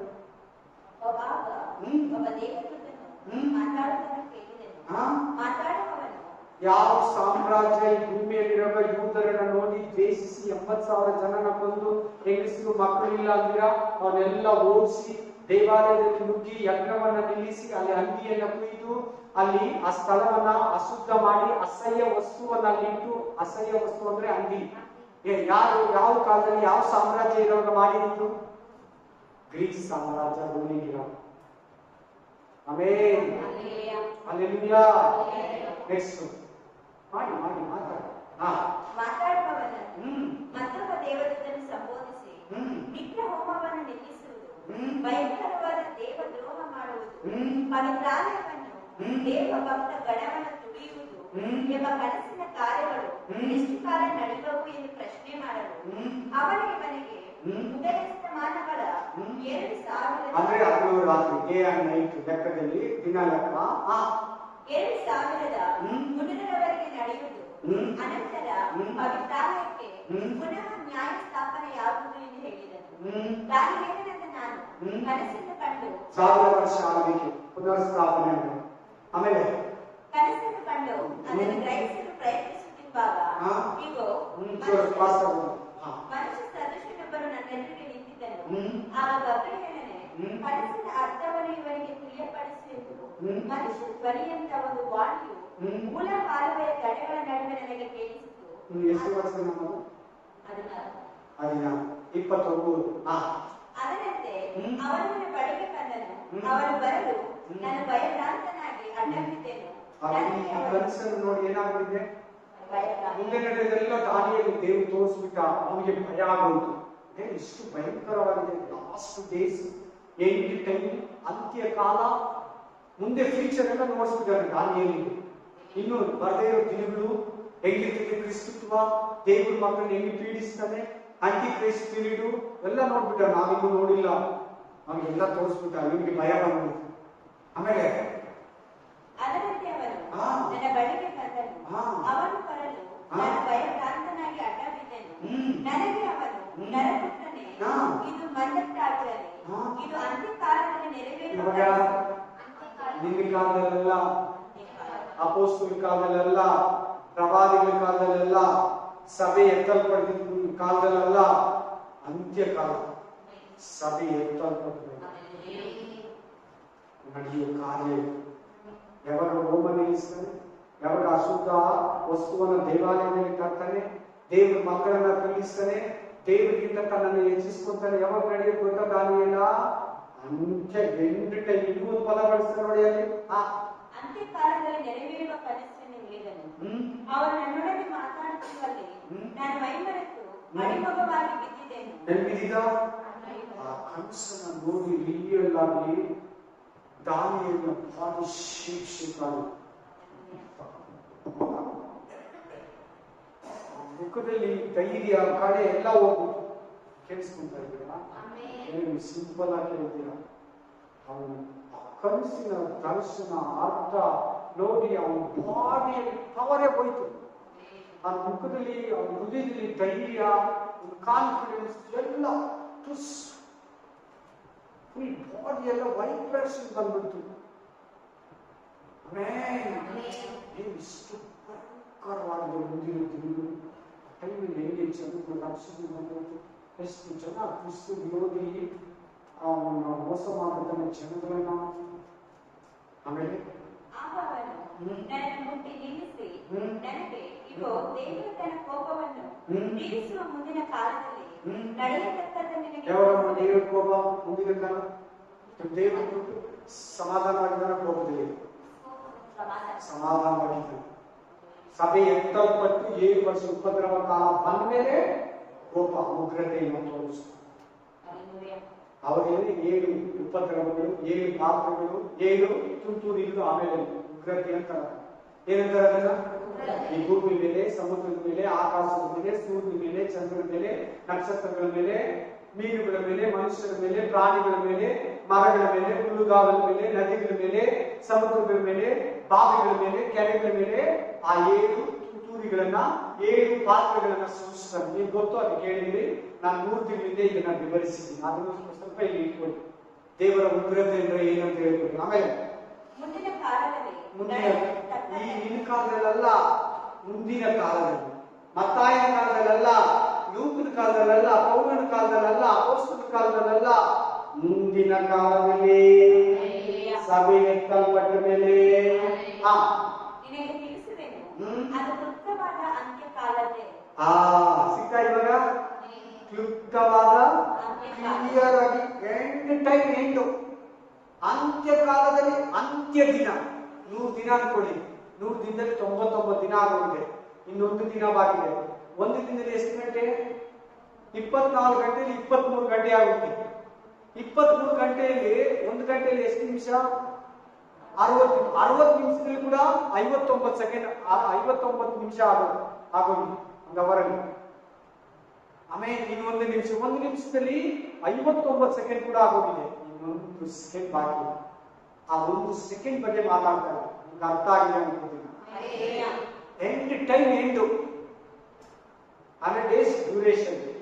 100 ಡೇಸ್ ಅಲ್ಲಿ 99 ದಿನ ಆಗೋಗಿದೆ. 99 ದಿನದಲ್ಲಿ 1 ದಿನ ಇದೆ. 1 ದಿನದಲ್ಲಿ 24 ಗಂಟೆ. 24 ಗಂಟೆ 23 ಗಂಟೆ ಆಗುತ್ತೆ. 1 ಅವರ್ ಇದೆ. 1 ಅವರ್ ಅಲ್ಲಿ ಕೂಡ 59 ನಿಮಿಷ ಆಗುತ್ತೆ. 59 ನಿಮಿಷದಲ್ಲಿ ಕೂಡ 59 ಸೆಕೆಂಡ್ ಆಗಿದೆ. 1 ನಿಮಿಷ. ಆ 1 ನಿಮಿಷದಲ್ಲಿ ಕೂಡ 59 ಸೆಕೆಂಡ್ ಆಗೋಗಿದೆ. 1 ಸೆಕೆಂಡ್ ಅಲ್ಲಿ ಇದು ಮಾತಾಡ್ತಾರೆ. ಆ 1 ಸೆಕೆಂಡ್ 7 ದಿನ. 7 ದಿನದಲ್ಲಿ ಎಂಡು ಲಾಸ್ಟ್, ಸಾರಿ, ಆ 1 ಸೆಕೆಂಡ್ 7 ವರ್ಷ. ಆ 7 ವರ್ಷನೇ ಈ ಉಪದ್ರವ, ಅಂತ್ಯಕಾಲ, ಕಡೆ ದಿನ, ಕ್ಲುಪ್ತ ಸಮಯ.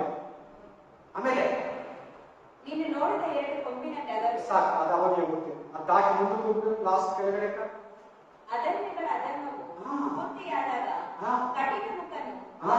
ವಚನ ನಿಪುಣನೂ ಆದ ಹಾ. ಒಬ್ಬ ರಾಜನ ತಲೆ ತೋರುವನು. ಇವನೇ ಆಂಟಿ ಕ್ರೈಸ್ಟ್. ಬರ್ಕೋಬೇಕಾಗಿ ಈಗ ಯಾವಾಗಿದ್ದ ಈ ಆತ್ಮ ಆಂಟಿಫೋರ್, ಎಕಿಫನಾಸ್, 4ನೇಯ ಅಂತಿಯೋಕ್ಯನ್. ಯಾರ ಕಾಲದಲ್ಲಿದ್ದ? ಗ್ರೀಕ್ ಸಾಮ್ರಾಜ್ಯ ಭೂಮಿ ಮೇಲೆ ರೋಮ್ ಸಾಮ್ರಾಜ್ಯ ಬರ್ದಿದ್ದ ಮುಂಚೆ ಇವನಿದ್ದ. ಇವನು ಸತ್ತಿರೋ ಆತ್ಮ ಪಾತಾಳದಲ್ಲಿದೆ. ಆ ಆತ್ಮ ಬಂದು ಕ್ರಿಸ್ತು ವಿರೋಧಿಯನ್ನು ತೂರ್ತಾ ಇದೆ. ಇವನಿಗೆ ಶಕ್ತಿಯನ್ನ, ಪವರನ್ನ, ಮಿರಕಲ್ಸ್ ಮಾಡೋ ಒಂದು ಅದ್ಭುತ ಶಕ್ತಿಯನ್ನ ಕ್ರಿಸ್ತು ವಿರೋಧಿಗೆ ಆ ಆತ್ಮ ಬರ್ತೈತೆ. ಸೈತಾನ ಕೊಡ್ತಾನೆ. ಯಾರು ಕೊಡ್ತಾನೆ? ಸೈತಾನ ಕೊಡ್ತಾನೆ. ಅದು ಎಲ್ಲಿದೆ ಅಂದ್ರೆ ಪ್ರಕಟಣೆ ಗ್ರಂಥ 3ನೇ ಅಧ್ಯಾಯದಲ್ಲಿದೆ. ನನಗೆ ಯಾವ ಕನ್ಫ್ಯೂಷನ್ ಇಲ್ಲ, ನಾನು ಹೇಳ್ತಾರೆ. ನಿಮ್ಗೆ ಏನಾರ ಕನ್ಫ್ಯೂಷನ್ ಇದ್ರೆ ಯಾವತ್ತೂ ಕೇಳಿಲ್ಲ, ಇಷ್ಟ ಇದ್ರೆ ಕೇಳಿ. ನಾನು ಇವಾಗ ಹೇಳಲ್ಲ, ಯಾಕಂದ್ರೆ ಸುಮಾರು ಸಾರಿ ಹೇಳಿದ್ದೀನಿ. ಯಾರು ಕೇಳಿಲ್ಲ, ಬರಬೇಡಿ. ಆಮೇಲೆ ಯಾಕೆ ಗೊತ್ತಾ? ನೀವು ಬರಲ್ಲ, ಅದಕ್ಕೆ ಬರಬೇಡಿ. ಆಮೇಲೆ ಕಂಟಿನ್ಯೂ. ಅವನು ಪ್ರಬಲನಾಗನು, ಹಾ. ಆದರೆ ಬರದಿಂದಲ್ಲ ಹಾ. ಅತ್ಯಧಿಕವಾಗಿ ಆಳು ಮಾಡಿ ಬುದ್ಧಿಗೆ ಬಂದು ಇಷ್ಟಾರ್ಥವನ್ನು ಏನನ್ನ ಹಾಳು ಮಾಡೋದು? ದೇವಾಲಯವನ್ನ, ದೇವ ಜನರನ್ನ, ದೇವರ ಮಹಿಮೆಯನ್ನು ಹಾಳು ಮಾಡೋದು ನೋಡಿ ಬುದ್ಧಿಗೆ ಬರ್ತಾನಂತೆ. ಆಮೇಲೆ ಬಲಿಷ್ಠರನ್ನು, ಹಾ. ದೇವಜನರನ್ನು ಧ್ವಂಸ ಮಾಡುವನು. ದೇವ ಜನರನ್ನ ಕೊಟ್ಟು, ಮಿಷನಿಗೆ ಕೊಟ್ಟು, ಕತ್ತರಿಸಿ, ಪೀಡಿಸಿ, ಬಿಸಿಲಿಗೆ ಹಾಕಿ, ಬೆಂಕಿಗೆ ಹಾಕಿ, ಸಿಂಹಗಳಿಗೆ ಹಾಕಿ, ಬಂದೂಕಿಂದ ಸುಟ್ಟು ಆ ಟೈಮಲ್ಲಿ ಮಾಡ್ತಾನಂತೆ, ಪೀಡಿಸ್ತಾನ. ಯುಕ್ತಿಯಿಂದಲೇ ಹಾ. ತನ್ನ ಮೋಸವನ್ನು ಸ್ಥಿತಿಗೆ ತಂದು ಹಾ. ಮನದಲ್ಲಿ ಉಬ್ಬಿಕೊಂಡು ಹಾ. ನೆಮ್ಮದಿಯಾಗಿರುವ ಬಹು ಜನರನ್ನು ನಾಶಪಡಿಸಿ ಹ್ಮ್. ಪ್ರಭುಗಳ ಪ್ರಭುವಿಗೂ ಹ್ಮ್. ವಿರುದ್ಧವಾಗಿ ಹೇಳುವನು. ಹ್ಮ್. ಆಹಾ, ಹಾ. ಯಾರ ಕೈಯ ಸೋಪರೆ ಹಾಳಾಗುವನು. ಅಷ್ಟೇ. ಯಾವ ಮನುಷ್ಯನ ಒಂದು ದಬ್ಬಾಲ ಅರ್ಮೆಗದೊಂದು ಯುದ್ಧದಲ್ಲಿ ಬಂದು ನಿಲ್ತಾನೆ ಆ ಕ್ರಿಸ್ತು ವಿರೋಧಿ ಯೇಸು ಕ್ರಿಸ್ತನೇ ಸೋಲಿಸುತ್ತಾನೆ. ಆಮೆನ್. ಹಲ್ಲೆಲೂಯಾ. ಯೇಸು ಕ್ರಿಸ್ತನ ಕೈಯಿಂದ ಅವನು ಸೋತು. ಹಲ್ಲೆಲೂಯಾ. ಆಮೇಲೆ ಕನಸಿನಲ್ಲಿ ಹಾ. ತಿಳಿಸಲ್ಪಟ್ಟ ಹ್ಮ್. ಉದಯಸ್ತಮಾನಗಳ ವಿಷಯವು ನಿಜವೇ ಸರಿ, ಹ್ಮ್. ಆದರೆ ಆ ಕನಸು ಹುಟ್ಟಾಗಿರಲಿ ಮುಟ್ಟಾಗಿ ದಾನಿಯೇಲ ನಿಮ್ಮ ಕಾಲದಲ್ಲೆಲ್ಲ ನಡೆಯೋದು. ಆಮೇಲೆ ಅದು ಬಹು ದೂರದ ಕಾಲವು ಎಂದು ಹೇಳಿದನು. ದೂರ, ಲಾಂಗ್ ಡ್ಯೂರೇಷನ್. ಎಷ್ಟು ಲಾಂಗ್? ಅಂತ್ಯಕಾಲ. ಸಭೆ ಇರಲ್ಲ, ಸಭೆ ಕ್ಲೀನ್ ಆಗಿ ಬರ್ಕೊಂಡು ನೀ ಕರೆಕ್ಟಾಗಿ ನಡೆದ್ರೆ ನೀನು ಇರಲ್ಲ, ಇಲ್ಲಾಂದ್ರೆ ನೀನು ಕೂಡ ಮಾಡ್ಕೊಂತೀವಿ, ನಾನು ಮಾಡ್ಕೊಂತೀವಿ. ಕರೆಕ್ಟಾಗಿ ನಡೆದ್ರೆ ನಾವಿಬ್ಬರು ಎತ್ತಲ್ಪಟ್ಟಿರ್ತೀವಿ. ಇವೆಲ್ಲ ನೀವು ನೋಡಬಾರ್ದು ಅನ್ನೋದೇ ದೇವರ ಉದ್ದೇಶ. ಇಷ್ಟು ರಹಸ್ಯ ನೋಡಿ. ಮಿಕ್ಕವರೆಲ್ಲ ಮನೆಯಲ್ಲಿ ಕೂತಿರ್ತಾರೆ, ಏನೋ ಬೈಬಲ್ ಚೆನ್ನಾಗಿ ಗೊತ್ತು, ಚೆನ್ನಾಗಿ ಬೈಬಲ್ ತಿಳ್ಕೊಂಡ್ಬಿಟ್ಟಿದ್ದೀನಿ, ಕೂತಿದ್ದಾರೆ ನೋಡು. ಭಾನುವಾರ ಬರ್ತಾರೆ, ಭಾನುವಾರ ಇಂಥದ್ದೆಲ್ಲ ಮಾತಾಡ್ತಾರೆ, ಹೊಸದಲ್ಲಿ ಇರ್ತಾರೆ, ಅರ್ಥ ಆಗುತ್ತಾ? Bible study, Bible study. ಉಪವಾಸ ಕೊಟ್ಟು ಉಪವಾಸ ಕೂತನೆ. ಆಮೇಲೆ ಸ್ವಸ್ಥತಾ ಕೊಟ್ಟ ಸ್ವಸ್ಥತಾ ಕೂತನೆ. ಆಮೇಲೆ ಸಂಡೆ ಸರ್ವಿಸ್, ಸಂಡೆ ಸರ್ವಿಸ್ ಎಲ್ಲರಿಗೂ ಸೂಕ್ತ ಆಗೋ ತರ ಮಾತಾಡ್ಬೇಕು. ಇವೆಲ್ಲ ಸಂಡೆ ಸರ್ವಿಸ್ ಮಾತಾಡಿದ್ರೆ ಪ್ರತಿ ಸಂಡೆ ಸರ್ವಿಸ್ ಹೊಸರು ಬಂದಿರ್ತಾರೆ. ಆಮೇಲೆ ನೆಕ್ಸ್ಟ್ ಕನಸಿನಲ್ಲಿ ತಿಳಿಸಲ್ಪಟ್ಟ ಉದಯಸ್ತಮಾನಗಳ ವಿಷಯವು ನಿಜವೇ ಸರಿ, ಹ್ಮ್. ಆದರೆ ಆ ಕನಸು ಹುಟ್ಟಾಗಿರಲಿ ಹ್ಮ್. ಅದು ಬಹು ದೂರದ ಕಾಲದಿಂದ ಹೇಳಿದನು. ಹ್ಮ್. ಆಗ ದಾನಿಯೇಲನನ್ನು ನಾನು ಹ್ಮ್. ಬೆಂಡಾಗಿ ಹ್ಮ್. ಕೆಲವು ದಿವಸ ಕಾಯಿಲೆ ಬಿದ್ದೆನು. ನೋಡಿ. ಆಮೇಲೆ ಎದ್ದು ಹೆಂಗಾಗ್ಬೇಕು? ಕಾಯಿಲೆ ಬೆಂಡಾದಂತ ಕನಸು ಭಾವನ ಮೇಲೆ ನಮ್ಗೆ ಎಷ್ಟು ಆಸೆ ದೇವ ಜನರ ಮೇಲೆ, ದೇವರ ಮಕ್ಕಳ ಮೇಲೆ. ಯಾಕೆ ಅವನ್ನ ಶೇಪ್ ಮಾಡಿದ್ರು? ಯಾಕೆ ಅವನ ಬಾಡಿನ ಬೀಟ್ ಮಾಡೋದು? ಅವನು ಎಷ್ಟು ಚಿಂತೆ ಮಾಡಿದ್ರು, ಎಷ್ಟು ಭಯ ಪಟ್ಟಿದ್ದಾರೆ. ಈಗ ನಿಮಗೆ ಭಯ, ಈಗ ನೀವು ಭಯ ಬಂದ್ರೆ ದೇವರ ಮೇಲೆ ಪಾಪ ಮಾಡಿದ್ರೆ ಮುಂದೆ ನೀವು ಕೂಡ ದೇವರ ಹತ್ರ ಇದ್ದೀರಿ. ಇಲ್ಲ ನನಗಿಲ್ಲ, ಎಲ್ಲಿರ್ತೀರಿ? ಇದು 8ನೇ ಅಧ್ಯಾಯದ ರಹಸ್ಯ. ಇದ್ರ ಬಗ್ಗೆ ಇನ್ನೂ ಸ್ವಲ್ಪ ಇತ್ತು, ಬೇರೆ ಡೀಟೇಲ್ಸ್ ದಾನಿಯೇಲ 2ನೇ ಅಧ್ಯಾಯ, ದಾನಿಯೇಲ 7ನೇ ಅಧ್ಯಾಯದಲ್ಲಿ ನೀವು ಕೊಟ್ಟಿಲ್ಲ, ಟೈಮ್ ಆಗಿದೆ. ಆಮೇಲೆ ಹಲ್ಲೆಲೂಯಾ. ಎದ್ದಿದ್ವಿ ಕಣ್ಣು ಥ್ಯಾಂಕ್ ಅದ್ಭುತ ರೀತಿಯಲ್ಲಿ ಪರಿಶುದ್ಧಾತ್ಮ ದೇವರೇ 8ನೇ ಅಧ್ಯಾಯದಲ್ಲಿ ನಮಗೋಸ್ಕರ ಮಾತಾಡಿದ್ಯಾ. ಕಣ್ಣು ಅಂದ್ರೆ ಏನು, 2 ಕೊಂಬಂದ್ರೆ ಏನು, ಓತ ಅಂದ್ರೆ ಏನು, ಎರಡು ಕಣ್ಣುಗಳ ನಡುವೆ ಬೆಳೆದಂತ ಒಂದು ಕೊಂಬು ಅಂದ್ರೆ ಏನು, ಒಂದು ಚಿಕ್ಕ ಕೊಂಬಂದ್ರೆ ಏನು, ನಾಲ್ಕು ದೊಡ್ಡ ನಾಲ್ಕು ಕೊಂಬುಗಳಂದ್ರೆ ಏನು. ಅದ್ಭುತವಾಗಿ ಅಲೆಕ್ಸಾಂಡರ್ ಗ್ರೀಕ್ ಸಾಮ್ರಾಜ್ಯ, ಮೇದಿಯ ಪೆರ್ಸಿಯ ಸಾಮ್ರಾಜ್ಯ, ನಾಲ್ಕು ದಳಪತಿಗಳ ಹೆಸರು, ಅದರ ವಿವರ ನೀವು ಕೊಟ್ಟು ನಮ್ಮನ್ನ ಮಾತಾಡಿದೆಯ ರಾಜ, ನೀನು ನಡೆಸಿದೆಯ ರಾಜ. ಈ ನಾಲ್ಕು ಕೊಂಬುಗಳಂದ್ರೆ ನಾಲ್ಕು ದಳಪತಿಗಳು ಹೋಗಿ ಯೂದ ಜನರನ್ನ ಇಸ್ರಾಯೇಲ್ ಜನರನ್ನ ಹಾಳು ಮಾಡಿದ ಅಧಿಪತಿಗಳನ್ನ, ಆ ದೇಶವನ್ನು ಕೆಳಗಿಳಿಸಿದ ನಾಲ್ಕು ಅಧಿಪತಿಗಳು, ಪ್ರಪಂಚವನ್ನ ತುಂಬಾ ಅಸಹ್ಯವಾಗಿ ತುಂಬಾ ಮೋಸವಾಗಿ ಆಡಿದ ನಾಲ್ಕು ಅಧಿಪತಿಗಳನ್ನ ನೀನು ಕಡೆಯದಾಗಿ ಕ್ರಿಸ್ತು ವಿರೋಧಿಯನ್ನ ಕುರಿತು ಕೂಡ, ಅಂತಿ ಕ್ರಿಸ್ತುವನ್ನ ಕುರಿತು ಕೂಡ, ಆಂಟಿ ಕ್ರೈಸ್ತನ ಕುರಿತು ಕೂಡ ಮಾತಾಡಿ ನಿನ್ನ ಅದ್ಭುತವಾಗಿ ವಿವರಿಸಿದಕ್ಕಾಗಿ ಸ್ತೋತ್ರ ರಾಜ. ಆಶೀರ್ವದಿಸಿ ಬಲಪಡಿಸಿ ಯೇಸುವಿನ ನಾಮದಲ್ಲಿ. Amen, amen, amen.